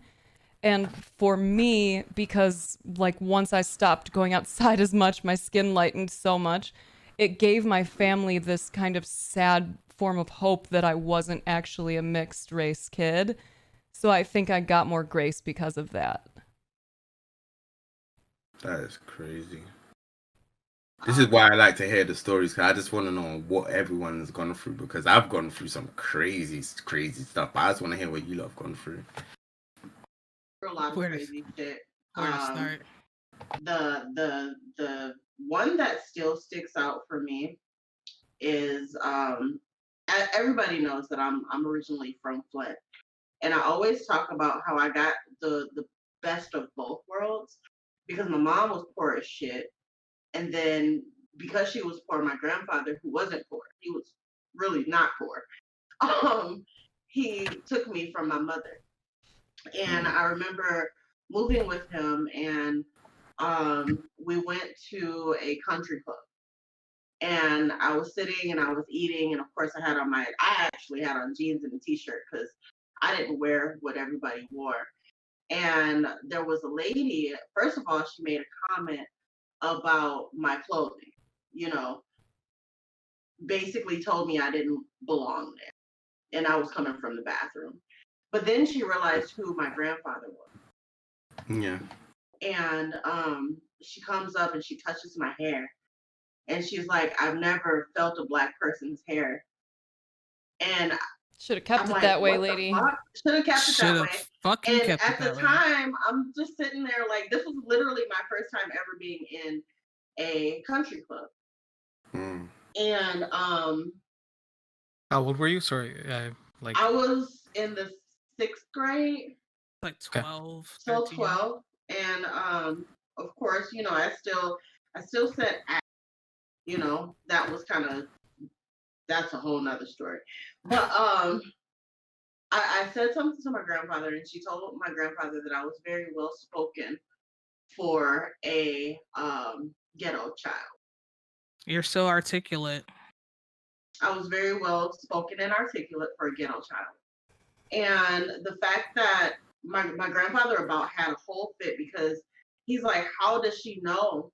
When we got in the truck, he's like, how does she know that my granddaughter is a ghetto child? You know, apparently his girlfriend, who was white at the time, had a conversation with this person and told this person that she'll have to deal with my grandfather's ghetto child. So I had the racism in the home. They broke up very shortly after that. Good. Very, very shortly after that. But, you know, it sucked because she treated me like shit. Yeah. Treated me like shit. Sorry to hear that, man. Yeah, I'll jump on that train. For me, it's been mostly verbal things. I remember last year at GuardianCon, which is how, you know, based Destiny community, and that's how I've a part here. That's how I'm here. We went to Disney World. I think it was a bunch of us, and I think we all know most conventions tend to be all white, especially gaming conventions. And so I was the only person of any kind of color that wasn't white or red on my in the friend group that I was a part of White because or we were red? well we were out in the sun, so you know what happens. Either you're Um, white or you're lobstering. yeah. So Sorry. I don't know how I delivered that with a straight face. And as we were walking through, there was like security or like police walking around with some dogs, and then be like, "Hey, like probably bomb sniffing dogs." I'm like, "All right, yeah, ha, ha, ha, ha," because I have to deal with that with my family, my own family as well, because beards are so like you can't have a beard because you're not clean and proper and trim. So anytime I Skype with my family back in India, they're like, "Are they still looking for Osama?" And I'm like, haha, you're funny. And I can't say anything because then it'll start a whole thing that I'll have to deal with my dad and my mom. So I'm like, I'll just shut my mouth and deal with it. So I'm used to being the butt end of the jokes when it comes to, playing sports at school is like, oh, does your sweat smell like curry? Or like, so I've heard it all, but that's been the worst of it. And there's a difference between other people saying it and my closest friends that I've grown up with making those jokes, because I'll be making those jokes. When I'm making jokes about Indians, then we're having like, it's that level of like, this is the okay, safe stereotypes to make fun of. But then it goes into some really like ignorant bullshit. Yeah. But that's really been the worst of it. And like the terrorist one still sticks with me because it's like you're automatically deciding that because I'm brown and I have a beard, that group of people who are growing their beard either by choice or by religion or whatever are now bad. And I'm being lumped in with that despite not being from that region, which is not the issue. Like I don't have, even if I'm confused for somebody, I shouldn't have a problem with that. But it's like, why is having a beard now equated with that? And so why isn't it that the white people with beards are not being called out as such? Why are you calling just me a terrorist and not that white dude with a beard? I live in the Pacific Northwest.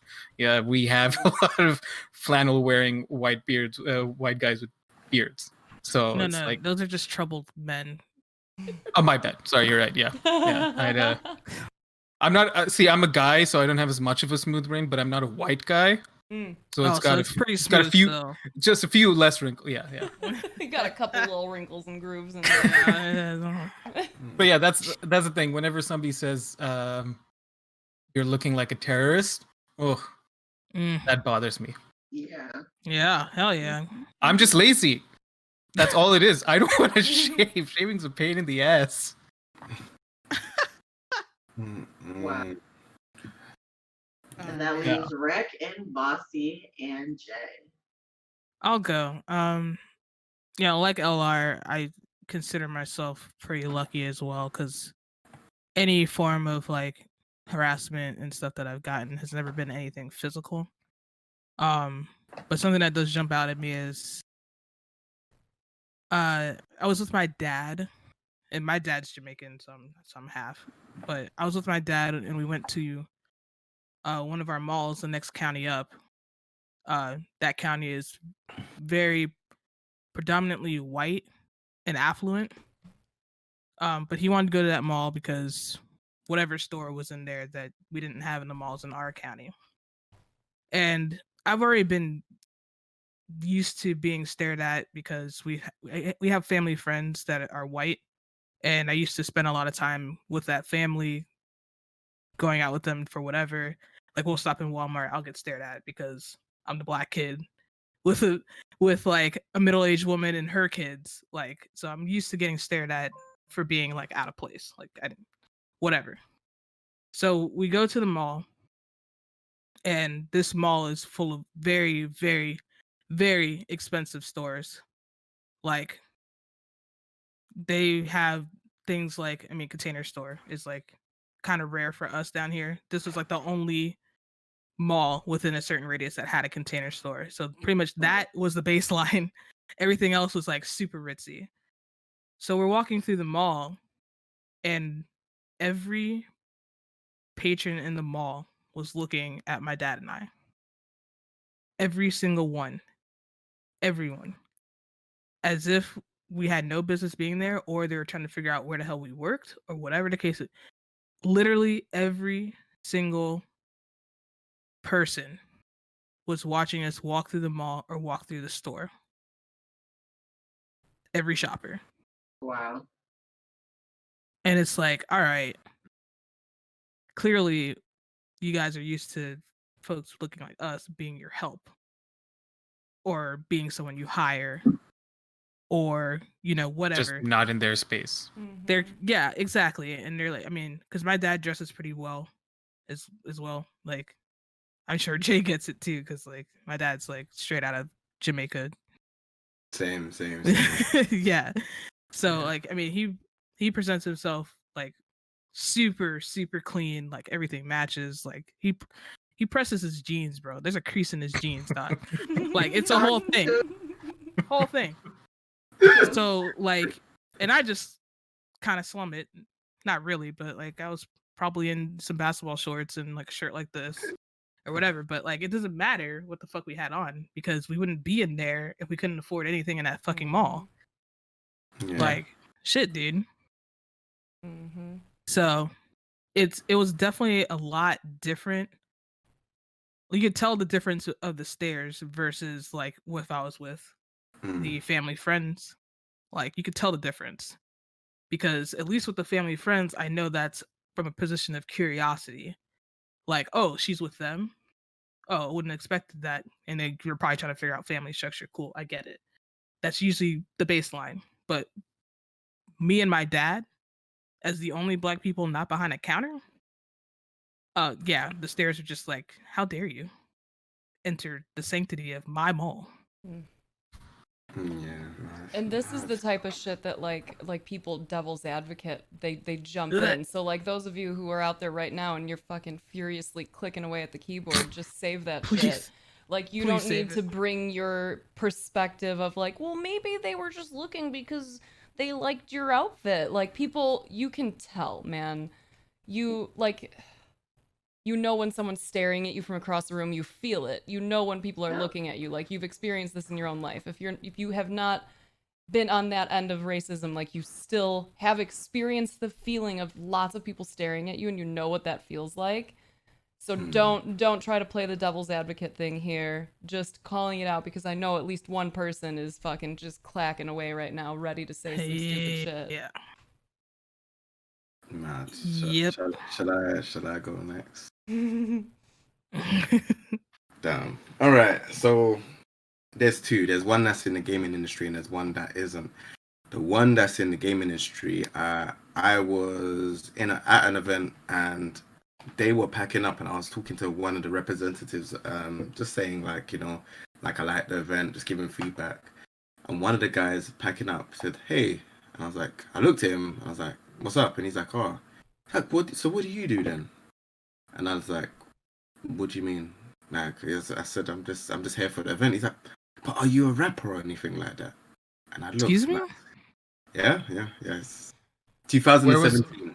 Where was this event? I can't say the company Okay. because Yeah. Don't worry about that. yeah. Okay, go ahead. So where's your mixtape? So he was like, he said, "Aren't you a rapper or anything?" I looked at him and I said, "What does a rapper look like?" Like, I just wanted to know in it, because obviously I wear the Snap. questions always get them tripped up. That's the best way to respond to shit. Yeah.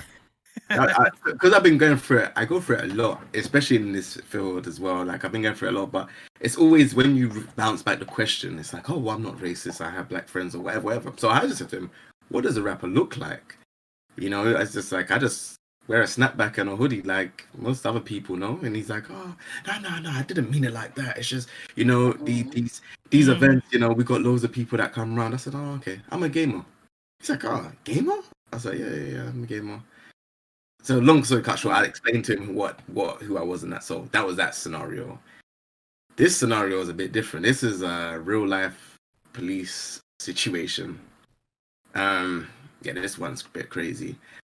So back in the day, I told you lot, I had a music platform where I was filming upcoming rappers and stuff like that. People that are pretty big in the mainstream now. So back then I was doing a video shoot. I was in I would say the client's car. was at the petrol station. You lot call it gas station, or you lot call it Yeah. petrol? Yeah. Alright, cool. We have to make sure that everyone knows that we're cool with the story. All right, cool. So anyway, so we're there. I'm on my phone now. I'm on my phone, and all I felt was a gun pushed to my face. If I'm lying, God strike me down right now. I don't even understand how this even happened to me, because I don't do anything wrong. So anyways, yeah. So I was on the phone. Where the gas station, or gas slash petrol station is, they blocked off all the exits. And like, I was like, because he said get out of the car. But I'm looking at it, I was like, what? Like, what? I was so confused.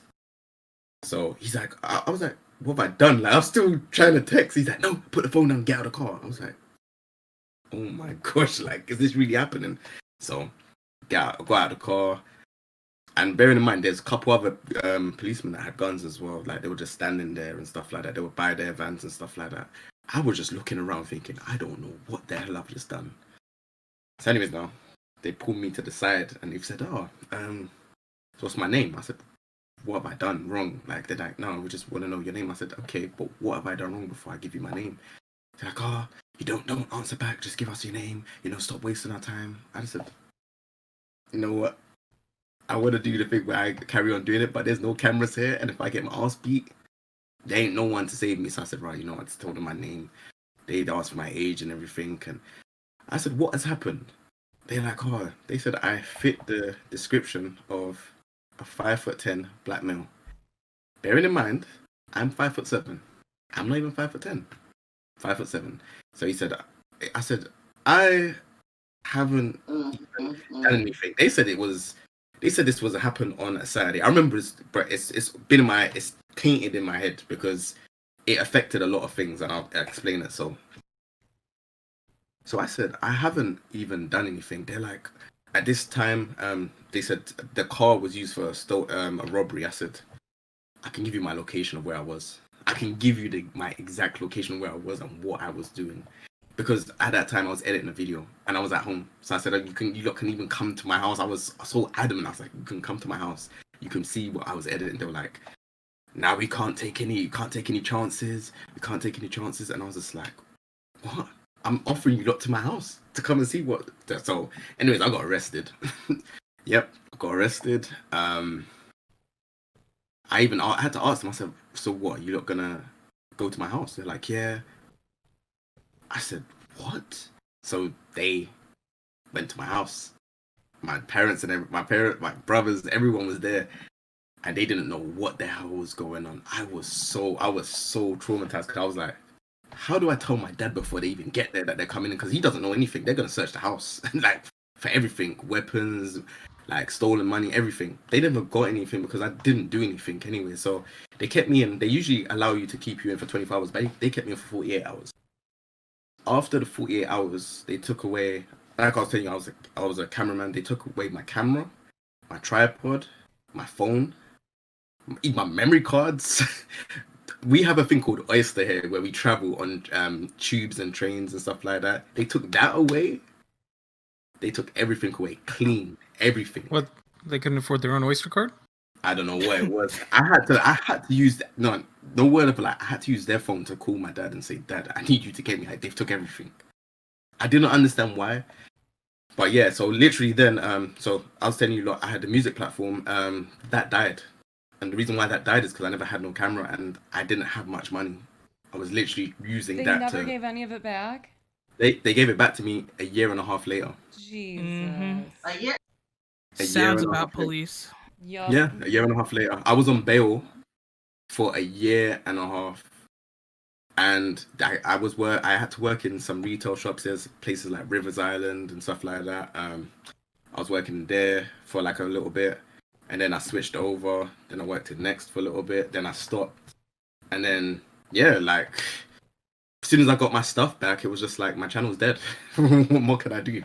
My channel died, and then it was just like I'm trying. I was kept on trying to do videos, and all the other channels that I was kind of either competing against or were rivals, they're way ahead. Way ahead. I put literally my last penny into the cameras and everything that I had, and I just never had a penny to keep on going on. And even when I was working and stuff like that, it was just like that money had to be for me living, because I'm 31 now. At that time I was like 20, 26, 27. So, you know, paying my way and blah, blah, blah, blah, blah, all of those things. So yeah, like it was a story that, yeah, it's definitely had a lot of trauma, even up until this day, because a lot of people ask why didn't I continue the channel, and they don't understand that it had a detrimental effect on like just the way how I thought about things and the way how I was towards police. I just since that's happened, and you know, people were saying, "Oh, why don't I go and get a lawyer and try and?" I was like, "What is that gonna do? What is that gonna do, man? Like, Other than I get a can't do target, it." like get a target on your back, trying to go against police, that doesn't typically end well. And this is why I was just like, everyone's like, "Yeah, get a lawyer, this, that, and other." I'm like, look, I can't do anything. I can't do anything. So yeah, the channel died. I was very, very sad about it. Because I put 8 years in, so that's pretty much a decade. Yeah. So I put 8 years in, and I was kind of doing well, kind of generating a bit of money and stuff like that.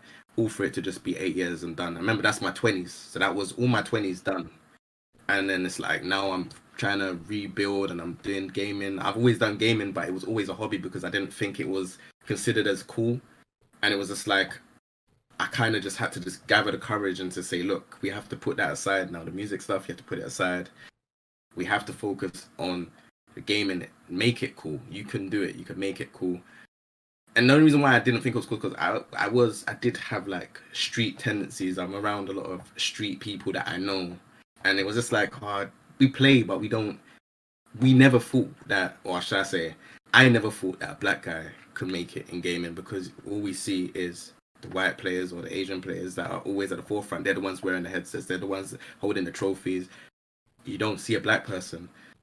But then I was like, look, we just have to break the stereotype, and then that's how I just jumped into it. But yeah, that's even talking about that story, it really does.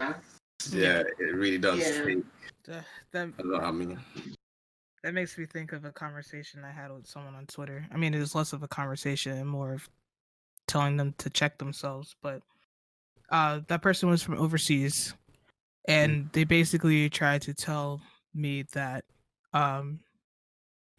whatever forms of racism that happens in their country, it's just no worse than bullying. Wow. Because to them, the racism that they've seen has never been violent like the Americans and their guns. And very clearly, with your story, that's obviously not the case. And yes, she was. Oops, I probably shouldn't have said the gender, but yes, they were. But yeah. So there was 2 girls in the car, by the way. So when that whole video thing, when they got put a gun to my face, there was 2 girls in the car. They let the 2 girls go. So the guy that was driving and me, we both got arrested. Oh my god. Yeah. So silly. I was just like, yo, I don't want to get arrested. I don't like. So they gave me a caution as well. Sorry, I forgot to add that. They gave me a caution for something I didn't do, and they put me in 1.5 years on bail. And I said, why am I on caution? I wasn't there. Hell? Yeah, and he was like, oh, if you have any problems getting any jobs or anything like that, just tell them to contact me. I said, why do I need to do that? I haven't done anything. Like I've had to keep coming here. You kept on cancelling my bail dates, and it's like, it doesn't make any sense. But then I'm on caution for what? So yeah, Wow. I got caution for just doing nothing, basically. Have you ever You know? been able to like go to therapy or anything to deal with that? Like that had to have been so fucking traumatic, man. You know, like I said, it still eats me up until this day, because the channel has people that are like, they've proper big now, and I was a part of the journey, and it's like now me being like where I'm at now with the gaming, I'm all right, but at the same time it's just like I really had a real passion. I done a lot of things. I went through a lot of stuff with that channel, and it has a special place in my heart, and it just can't be. It's Right. just done. Do you know what I mean? Like I said, if I was to do gaming in my 20s, then I'll probably be a lot more further than where I'm at now. Obviously, I'm getting older. I'm 31 now. In my 20s, I was doing the music stuff. So it's like now my whole of my 20s where I've put in so much time, so much effort, the sleepless nights, editing, all of that stuff, that's down the drain. It can't be brought back now. So it's just like I try my hardest, like when I stream and stuff like that, I try my hardest to kind of like tick it off and just say, look, just forget about it. But then if someone says, oh yeah, what happens? Because I know a lot of people around the area that know that I've done the channel, but if someone says, oh, well, you should have continued, it triggers me because it's like 8 years is down the drain. And it could have been something big, but the police targeted me, even though I offered them and I said, look, you can come to my house. We can go over there right now. I will show you the times of when I was editing. I will show you that I'm at home. Then there wouldn't have been no problem. But they wanted to say they couldn't take any chances, put me on bail for a year and a half. Wow. I never had no camera, no nothing. I didn't even have my phone. I found out when I got my phone, there was another app on my phone. And I was like, what was it? Yeah, like, it's crazy. It's such a crazy thing. And it's like, if you don't think I'm lying, it's definitely not a lie. Trust me, it is absolutely real. And yeah, the police are messed up, man. They really are. But I know people be like, oh, they ain't gone through stuff like that. I've gone through it, and I have not done nothing to nobody. I haven't robbed anyone. I haven't stolen from anyone. It's just, if you fit the description, so they say, then Fit the description. They yeah, make up the description on the spot, and like they caught on that you were doing your work. They caught on to that. That's why they held your stuff for a year and a half, so you couldn't make any money. That's why they kept moving your bail dates so that you could keep struggling. Like they know. exactly. It got to my bail dates. So when it got to my bail dates, just finishing up on the story. When it got to my bail dates, they would not tell me that it's not been cancelled. So I would go there, thinking that, all right, cool. Let me see, like, are you gonna take me off bail? Are you not? What's going on? So I'll go there and they'll be like, oh yeah, it's been cancelled. Didn't you get the call? I said no. They kept on doing this every 2 months. I was on bail for a year and a half. Every 2 months, I'd go there. What's going on? Nothing. Oh yeah. Every 2 months, and it's like, I'm just looking and I'm thinking, look, this is why, like, you know, black people just hate the police, because it's like, it's not that we woke up and we just said, hey, we want to hate the police. It's the simple fact of the amount of stop and searches that we have because we fit the description, the amount of like just antagonizing that we get, like, and like I said, that story is gonna be with me to the day that I die. That's happened to me. My channel was dead because of they took my camera for a year and a half. They didn't need to. They could have investigated everything on my camera within a month. Why did it take a year and a half for them to give me my camera back? That's crazy. So, you know, it's crazy. Someone said in chat, am I understanding on bail is equivalent to a probation? Probation, I think, is different. When you're on bail, I don't know on it because I've never been. I've been arrested, but I've never been. Probation seems a bit different than bail. That's like bail, after you've been to court and exactly. the judge process. said, yeah. So with bail, it's basically saying they don't have enough information, but you have to, like, they're liable to bring you in at any time. So you have to make sure that you're just, if they call you and stuff and they say you need to come in, then you have to come in. That's what that basically means. When you finish your bail, like how I did, you get NFA, which is no further action. And that's what happened with me. But then I got a caution on top of it, which doesn't make sense because I didn't do anything and I was nothing. That story that they had nothing to do with me. Like, I don't know them like that. Disorderly conduct tickets and all the other little bullshit ones that they throw just to have something to put down. Like, well, you spoke back to me, so disorderly conduct. Exactly. And I didn't even speak back or anything to them. I was literally I was obeying them, and then I still got a caution. So it's just like, what's the point? This is why people are rebellious against them. And you see certain things where you might see people are either cussing the police or anything like that, and the police ain't done anything, but these are the reasons why. Like, something that I've gone through is the reasons why most black people hate police. I mean, there's no reason for us to trust them, obviously. Yeah. Trust me, Like- it's trauma. It's been. I don't think that trauma is gonna go away, but you know, I'm doing all right in gaming. I just need to just get on with it now. Yeah. Got you. Yeah.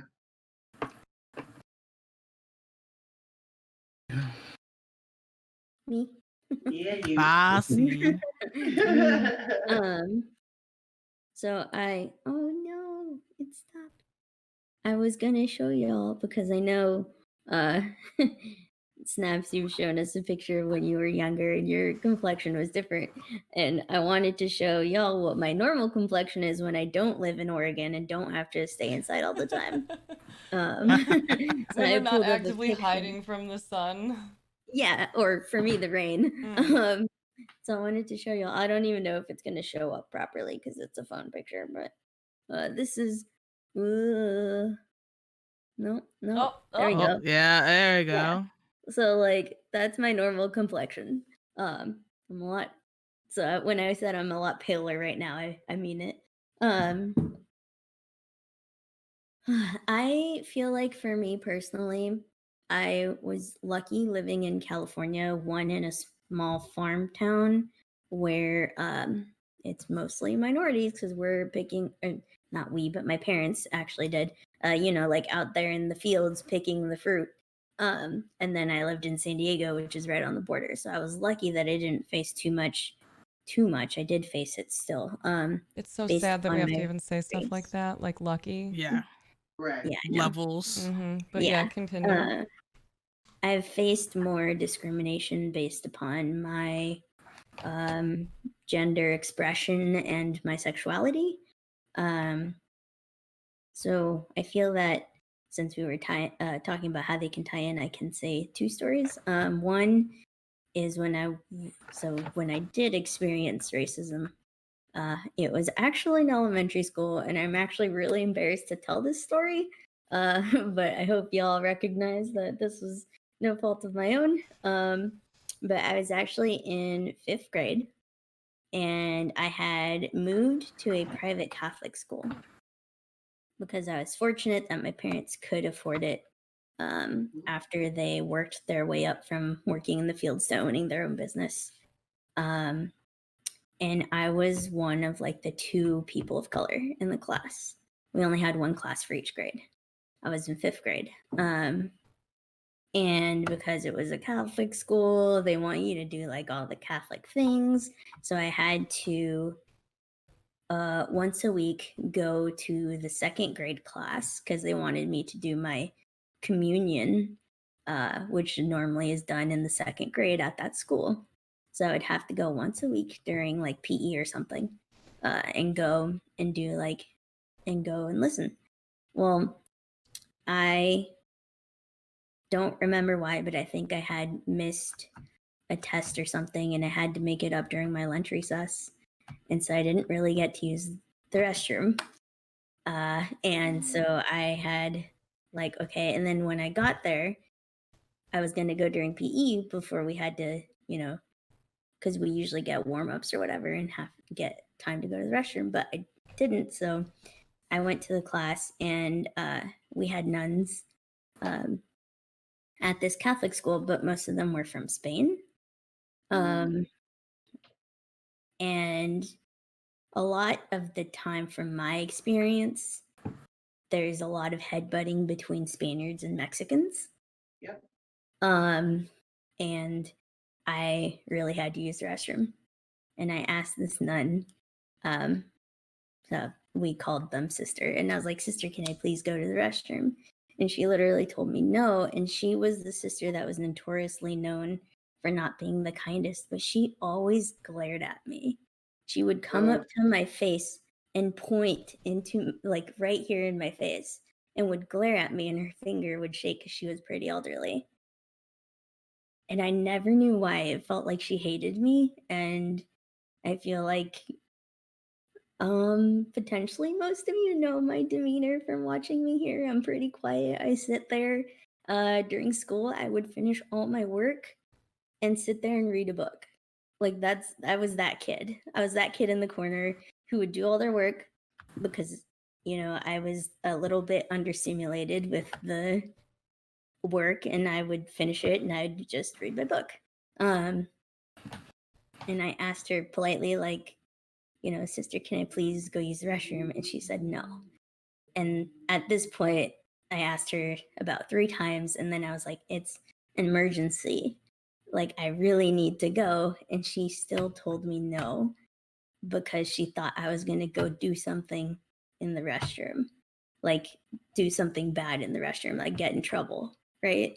And like, I thought that was weird because I'm like, I'd give no indication to anyone in this school that I do anything to get you in trouble or to get in trouble in general. I'd never had a detention even after graduating high school, like not one. I was just that kid that wanted to be left alone and not engage the teachers. And I unfortunately ended up urinating myself because she would not let me go to the restroom. And then because of that, all the kids made fun of me because I was the one other Mexican kid, that I smelled like that because of my race. So like that, that was like one of the most, for me, traumatizing experiences based upon my race. So degrading. And like, you were in 2nd grade. What the fuck were you gonna do? No, I was in 5th grade. Oh, but still, you're a fucking child. What are you gonna go do in the bathroom that's that bad? The white kids in my school did bad things in the bathroom because they had money. So they had, there was kids in my grade when we were in 8th grade that almost didn't graduate because they were smoking and drinking vodka in the bathroom, but they did anyways. But yeah, so and then it was kind of weird because of course I didn't want to tell my mom when I got in the car, so I lied, and then she got mad at me because so and then the second one for me, this is more based upon my sexuality, but I feel like so maybe those that are not of a minority race, but maybe something else minority, you could probably empathize with people that are of a racial minority, right? And for me, it was, I used to work for the YMCA, their summer camps. I was a camp director. So like I oversaw people, and I was in charge of getting the kiddos their medicines in the morning. I gave the people their schedules, told them what to do in the morning. And there was this one mother who was actually Mexican. So this was like a little bit harder for me to really digest. But one time I was going out and I have to be quick to give medicines because, summer camps, they go on field trips, they go out and do fun stuff. And I hear an excuse me, and I turn around and I said, yes, how can I help you, ma'am? Because I'm trying to be the best customer service person I can be to this parent who's paying to send their kids to summer camp. And she does the pointing finger thing. Maybe it's because I'm small, but they like to treat me like a child and point in my face a lot. But she's like, how can you live with yourself? And I just said, excuse me? And she goes, how can you live with yourself and think that it's okay to come and be here like you are? I mean, like, what? Are you transgender or something? Like, you're showing this to the kids. How can you live with yourself? And like at that point, I didn't really know what to say. And I was just shaking. I just remember shaking and disassociating because, and for those of you that don't know, disassociation is kind of like when you feel your mind like detach from your body, right? Feels Super like you're in the protective. clouds all of a sudden. Yeah, it's a protection mechanism. And I just remember disassociating because that's what I could do at the moment, and just saying, oh, I'm sorry that you feel this way, ma'am. Apologizing to this woman and saying, if you really feel like this is a problem, please go talk to my director, my boss. It's so-and-so. And she's like, oh, don't worry, I'll take your job. Don't you worry. So like, and I was nervous because this was a very affluent part of San Diego, because this was when I lived in San Diego. So I was worried that I was going to lose my job. That's trash. The only lucky thing was that I knew that, and not a lot of people did, that my director above me was gay as well. And I knew that she would hopefully have my back. But I wasn't sure about the company. So I was lucky enough that they did have my back. And I felt bad because her kids were not allowed back.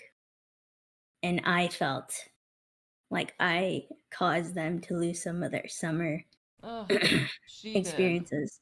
No, Yeah, they're fucking she did. mama. It was a mom that did, yeah. Ugh. But I'm like a hardcore, not hardcore. I'm a huge empathizer. So, like, just thinking about those kids being sad about not being able to go to summer camp, like, tore me apart. And it still does, obviously. But yeah, those are my two experiences. I'm sorry if it was really heavy. I didn't really want to end on that.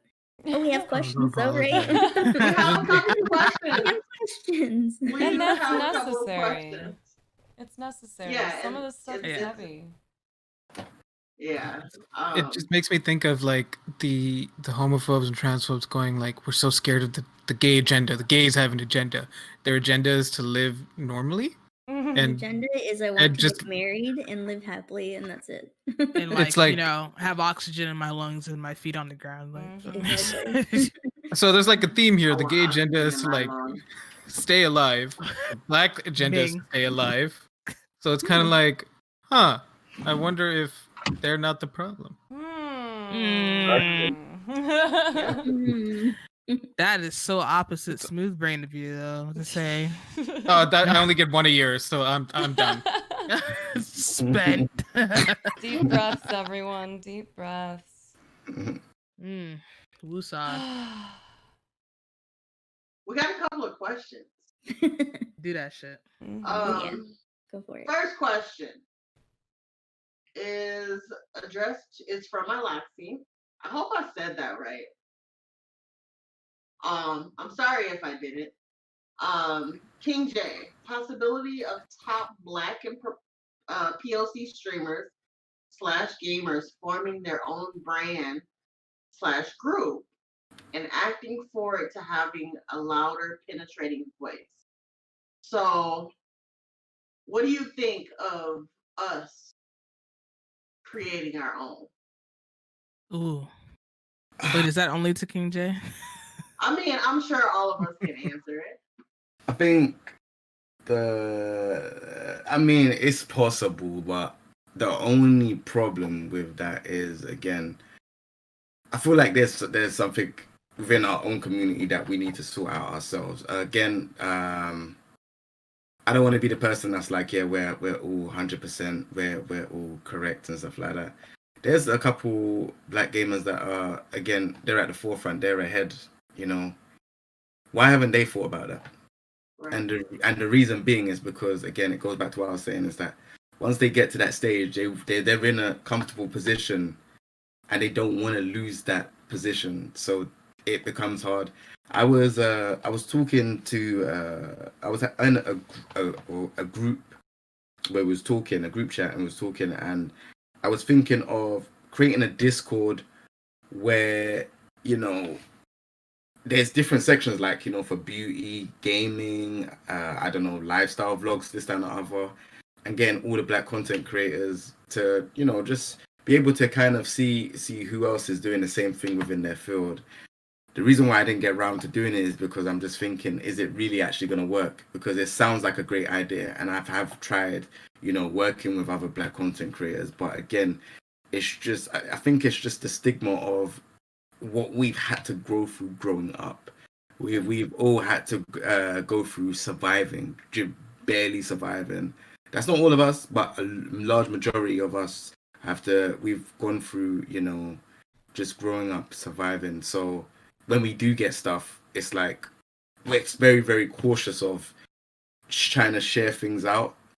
And I don't think we should be like that. I feel like, you know, if we get to the stage and someone's kicked down a door, we should all be running behind them, and we should all be trying to kick down other doors, and, you know, just try and open it up for us to kind of get more into the scene. Because, you know, there's a lot of talent, a lot of talented Black content creators. There's a lot of them that I've seen over just this past month or so, with everything that's been going on. Even when I made a list, I made a tweet saying that, if you lot black content creators, leave your link down here, innit? So then I can go and tweet all of these companies that are saying, oh, Black Lives Matter and all this rubbish. I'll tweet the same link saying, hey, look, here's a bunch of content creators. Did the companies probably message any one of them? Remember, it had like Dr. Lupo retweeted it, and he's a massive streamer. He retweeted, and a couple other big people retweeted. Did these companies check them out? No. So I feel like, again, it's just us going through this stigma. I don't want to keep on saying the same thing, but it's us going through this stigma. Can we do it? I think it will take time, because we're always on survival mode. So once we get to somewhere, it's always like, if we do give out that link, or if we do give out something, are we still gonna be looked after? And yeah, once that thing changes, then maybe. I hope so. Like, I want to be enthusiastic. I hope so. Yeah, I was gonna say that there are groups like that currently. I'm not gonna name them because I don't have time for their wrath today. But like just like you were saying, Jay, like I think that we get a lot of folks that get in their own way. Like they kind of just want to compartmentalize like their own success because they have fears about losing their opportunities, or for whatever fucked up reason, to be like, well, I had to struggle, so you should struggle, kind of thing. And from all the stuff that's been happening recently, not just with Black Lives Matter, but like even like this next wave of the Me Too movement, that same community that I'm thinking of has pretty much imploded on itself because of reasons like that. Like they weren't checking anybody in their own community to make sure that these folks were safe to be around, because they isolated each other. You know what I'm saying? Like they just, and this is from the outside looking in, because I never really wanted to be a part of that specific community, because I could see some of those problems from the outside, and if I could see it there, then it's probably worse on the inside. So I think those groups exist, but in its current state, who's going to put the work in to avoid those problems, or to call those problems out, or to elevate those who are smaller than them, or even elevate those who are adjacent to them? Like, who's going to put that work in? And there's no answer for it, because right now it's every person for themselves. Yeah. It has to be a person of power, because otherwise the people who don't have the power or the clout are going to be met with so much resistance that even if they were to start a new platform, they already have to work twice as hard, 10 times as hard on Twitch. They're going to have to work 20 times as hard if they start a new platform or start a new space to even get like some amount of traction or recognition. Yeah, I mean, not even hopping platforms, just being in a group, period. A shared group of creators, like, and it's an uphill battle no matter what position the leader is. And again, like the group that I'm thinking of, they had, I don't know how you call it, like they had people in positions in that community to be like the board for the community, and again, they weren't checking people. There was people on the board who were unsafe to be around. So like, you know, who vets? There's just a lot of overhead. There's a lot of overhead for all that. I've just clocked what you're talking about. I've caught on. And it all intersects because everybody's from they cross other communities too, like whether it's fighting game community, or you know, whatever other video game, or if they're strictly on YouTube for I don't know, like beauty tips or travel or whatever. Like they all intersect. So like if this community is having like a racism issue, that trickles down into that specific POC community, and then it just goes right back out to all the other communities. So it's a lot of overhead. Who's gonna be responsible for that? They tried. True. Yeah. So sorry, mouthful. But yeah, I'm with Rhett on that. Um, I'm sure there are some things that will come out in the near future or in the future that will help with that. Can't say any more, can't say any less. But I see some things on the horizon. Next question is from Kenneth, right? You are Ken. Question for the panel.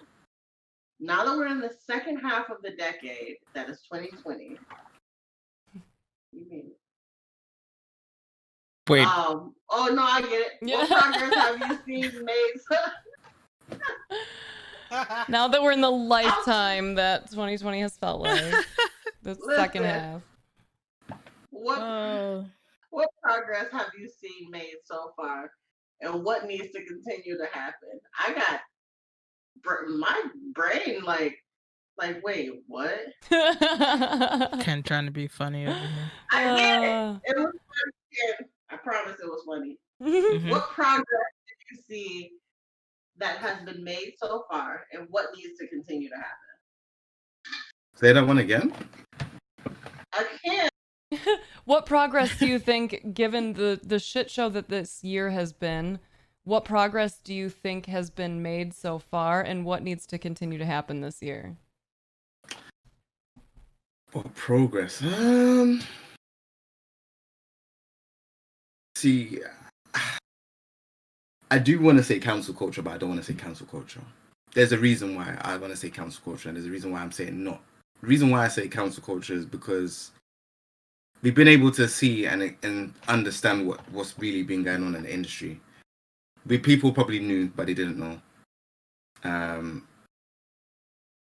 One problem with cancel culture is that people sometimes, like, I know one of the guys in the Smash community got wrongly accused. So sometimes people get wrongly accused.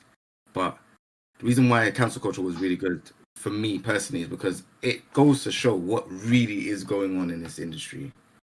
And it opens up your eyes. Like, I always felt like something isn't right here and there, but you actually, after reading so many statements, I was reading so many, I was just like, well, this is a real big problem. And I think a lot of other people started to see that there was a real big issue just in the industry altogether.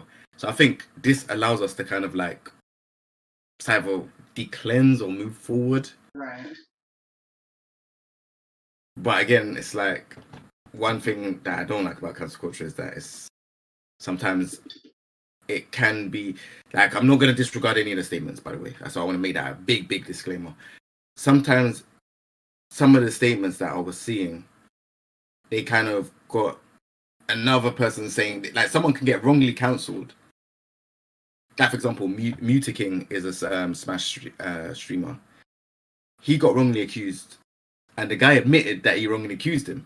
So imagine everyone's attacking him and going at him, and it's like, well, the guy has just come out and he had to go and say some private information that he didn't want to go and say about himself. And it's like, it's a bit much.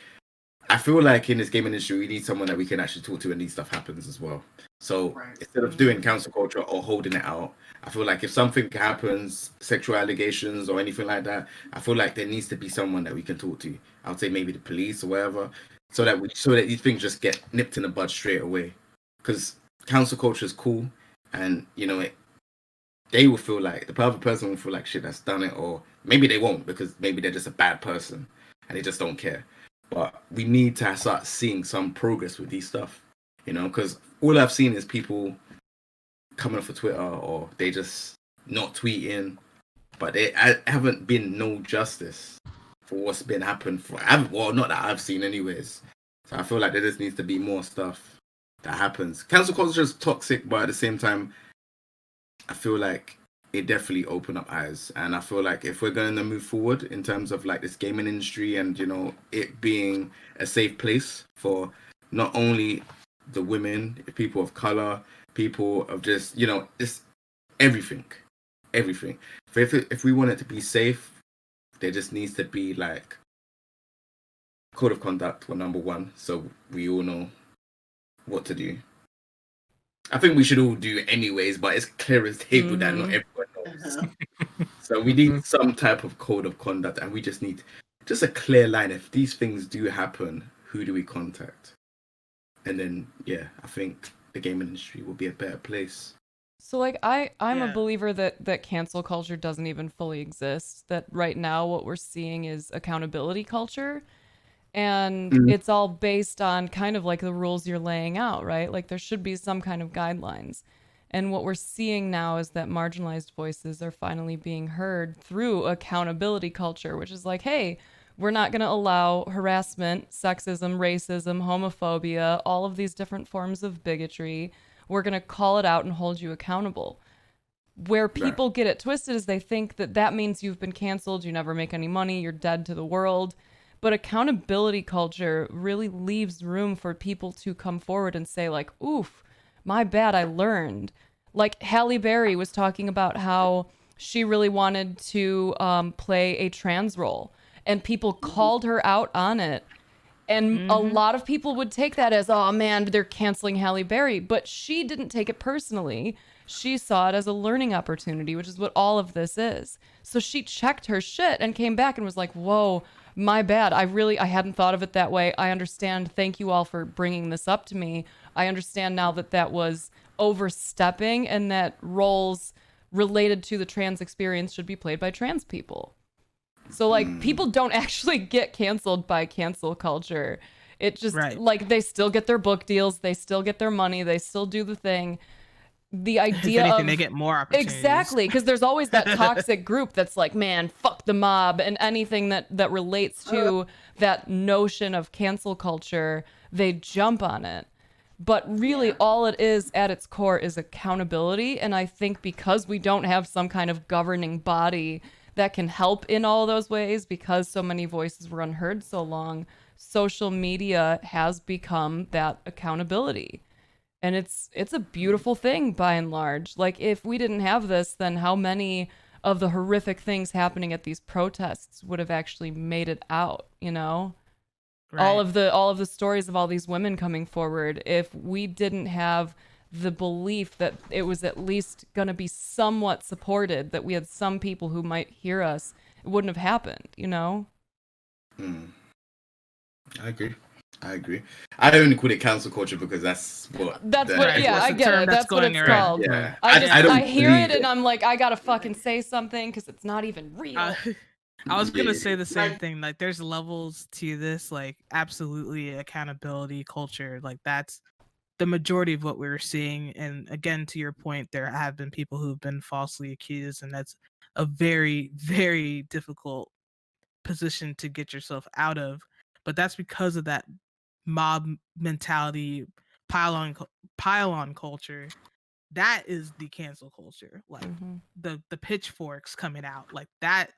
The doxing, the hateful shit. Yeah. The people who are still going banality when she's already been. Yeah, like, that poor girl. That type of shit. Yeah. So, I think that there needs to be a clear distinction for some people about accountability, because as we've seen multiple times, especially from people who are up there in their audience and their interactions and stuff, that they do things and they face zero consequences. Yep. So they have no reason to ever be held accountable. And that's starting to change, and people are starting to get scared because they know that they're going to have to be held accountable in the court of social media. So I just want to, not that all of that wasn't informative, just answer the actual question, which was what's like if we feel like any progress has been made now that we're halfway through this decade. I don't think so. Not a lot has been made, but I'm seeing maybe more on a smaller scale with smaller like communities and smaller groups of people. People are having some of the more uncomfortable conversations. Because I can't speak to the politics specifically in terms of like policies and rules and laws or whatever, but like the riots are still, like the protests are still going on. right? People are still struggling worldwide with Black Lives Matters and a whole bunch of things. We're still getting stories coming out of all the insane bullshit that's been happening in the gaming community for years. Like every day is a new thing. And like, it started with Destiny, and it's like it got the ball rolling, and now we're all the way to the fighting game community, right? And it's kind of like it just sparked like just a whole set of fuses and went off, and it's great to see because like all of this is coming to light, and like the foundations are being ripped apart, and we can like these communities can try and better themselves. But it's also sad to see, because there are people, I don't want to go into names, but because we all know who they are anyways. But like there were people who were like looked like me in the community, turned out to be shitbags, and I'm like, well, that sucks. I thought that they were cool because like got to hang out with them for a little bit, but yeah, like it's nice to see people having those conversations, even if it's in smaller groups, because it has to start small, because then it's only going to propagate and go out from there. And that's, I think, the biggest progress is people are okay with having those uncomfortable conversations. Yep. All right, LR, thank you for your final thoughts on that. On the actual question. On the actual question. Want to make sure we're doing some justice. So, it's currently 6 a.m. over in London. And yeah, we've been going for a while. So it's about time that we wrap up. We appreciate everybody for coming out. Next week, we'll be here again. We'd like for you to be here again as well. Wait, this is weekly?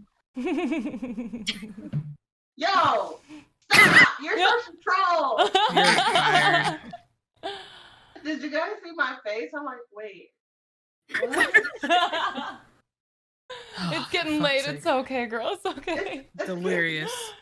I'm like, wait, this is weekly, right? Of course. But yeah, next week we will be having EK on as our guest. EK has been doing some good things out there, and I want to hear what he has to say. Again, thank you, KingJae, for joining us. Thank you, Bossy, for joining us as every week, and LR, and Rec, and Snaps. I'm tired, y'all. Where are we going next? I'm going to crew. We're going to crew? Yay! We're going to crew. So, I just want to say one thing. Oh, go ahead. Say One thing. Say that shit.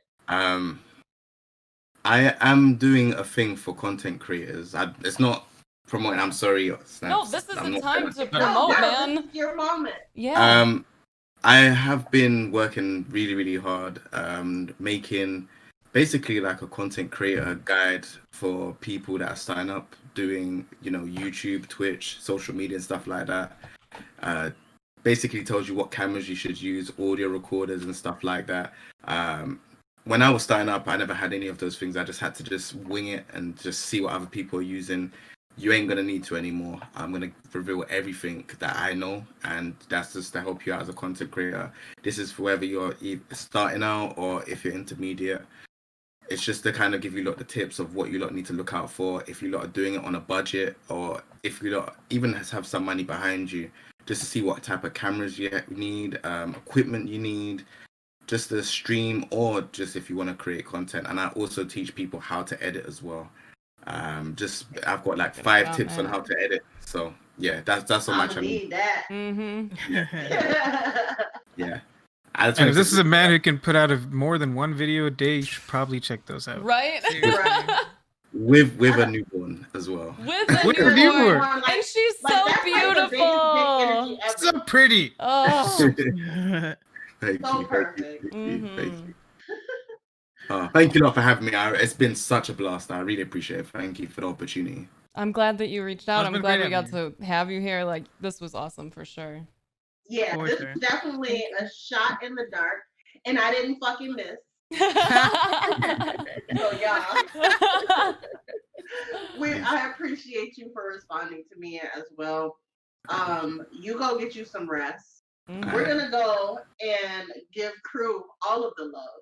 Mm-hmm. Are we gonna do a raid or are we gonna do a host? I should raid so we don't get pre-roll. This time I'll do the raid because I remember how to do things. So wait, if I raid it auto hosts, right? Yes. Okay. I'm a pro streamer. I got Oh my this. gosh. So Can How I long do- have you been a partner now, Snaps? almost 5 years, bud. Yeah. Raid Crusader. Okay. We got Then this. that means that we get a few more seconds to actually talk. Oh, really? Okay, Yeah. should I hit the raid right now No. then? No. No. I'm definitely gonna have to go though because my little one's probably gonna wake up. Yeah. Thank you Yeah. again. No, Have an thank you awesome very much. morning. Have a great night. Thank you very much. I Oh appreciate wait, morning. Yeah. it. Yeah, I'll see you lot later. Okay, bye. Bye. Yo, that was dope. Oh, We're we're gonna all get gonna be. We're all. Yeah, we're. You and I have lines in our faces right now. Just fine. Survived. Made it. Right now, abort. Ah! Okay, I'm doing it. Y'all have a good night. Thanks for tuning in. We love you. Bye. Bye.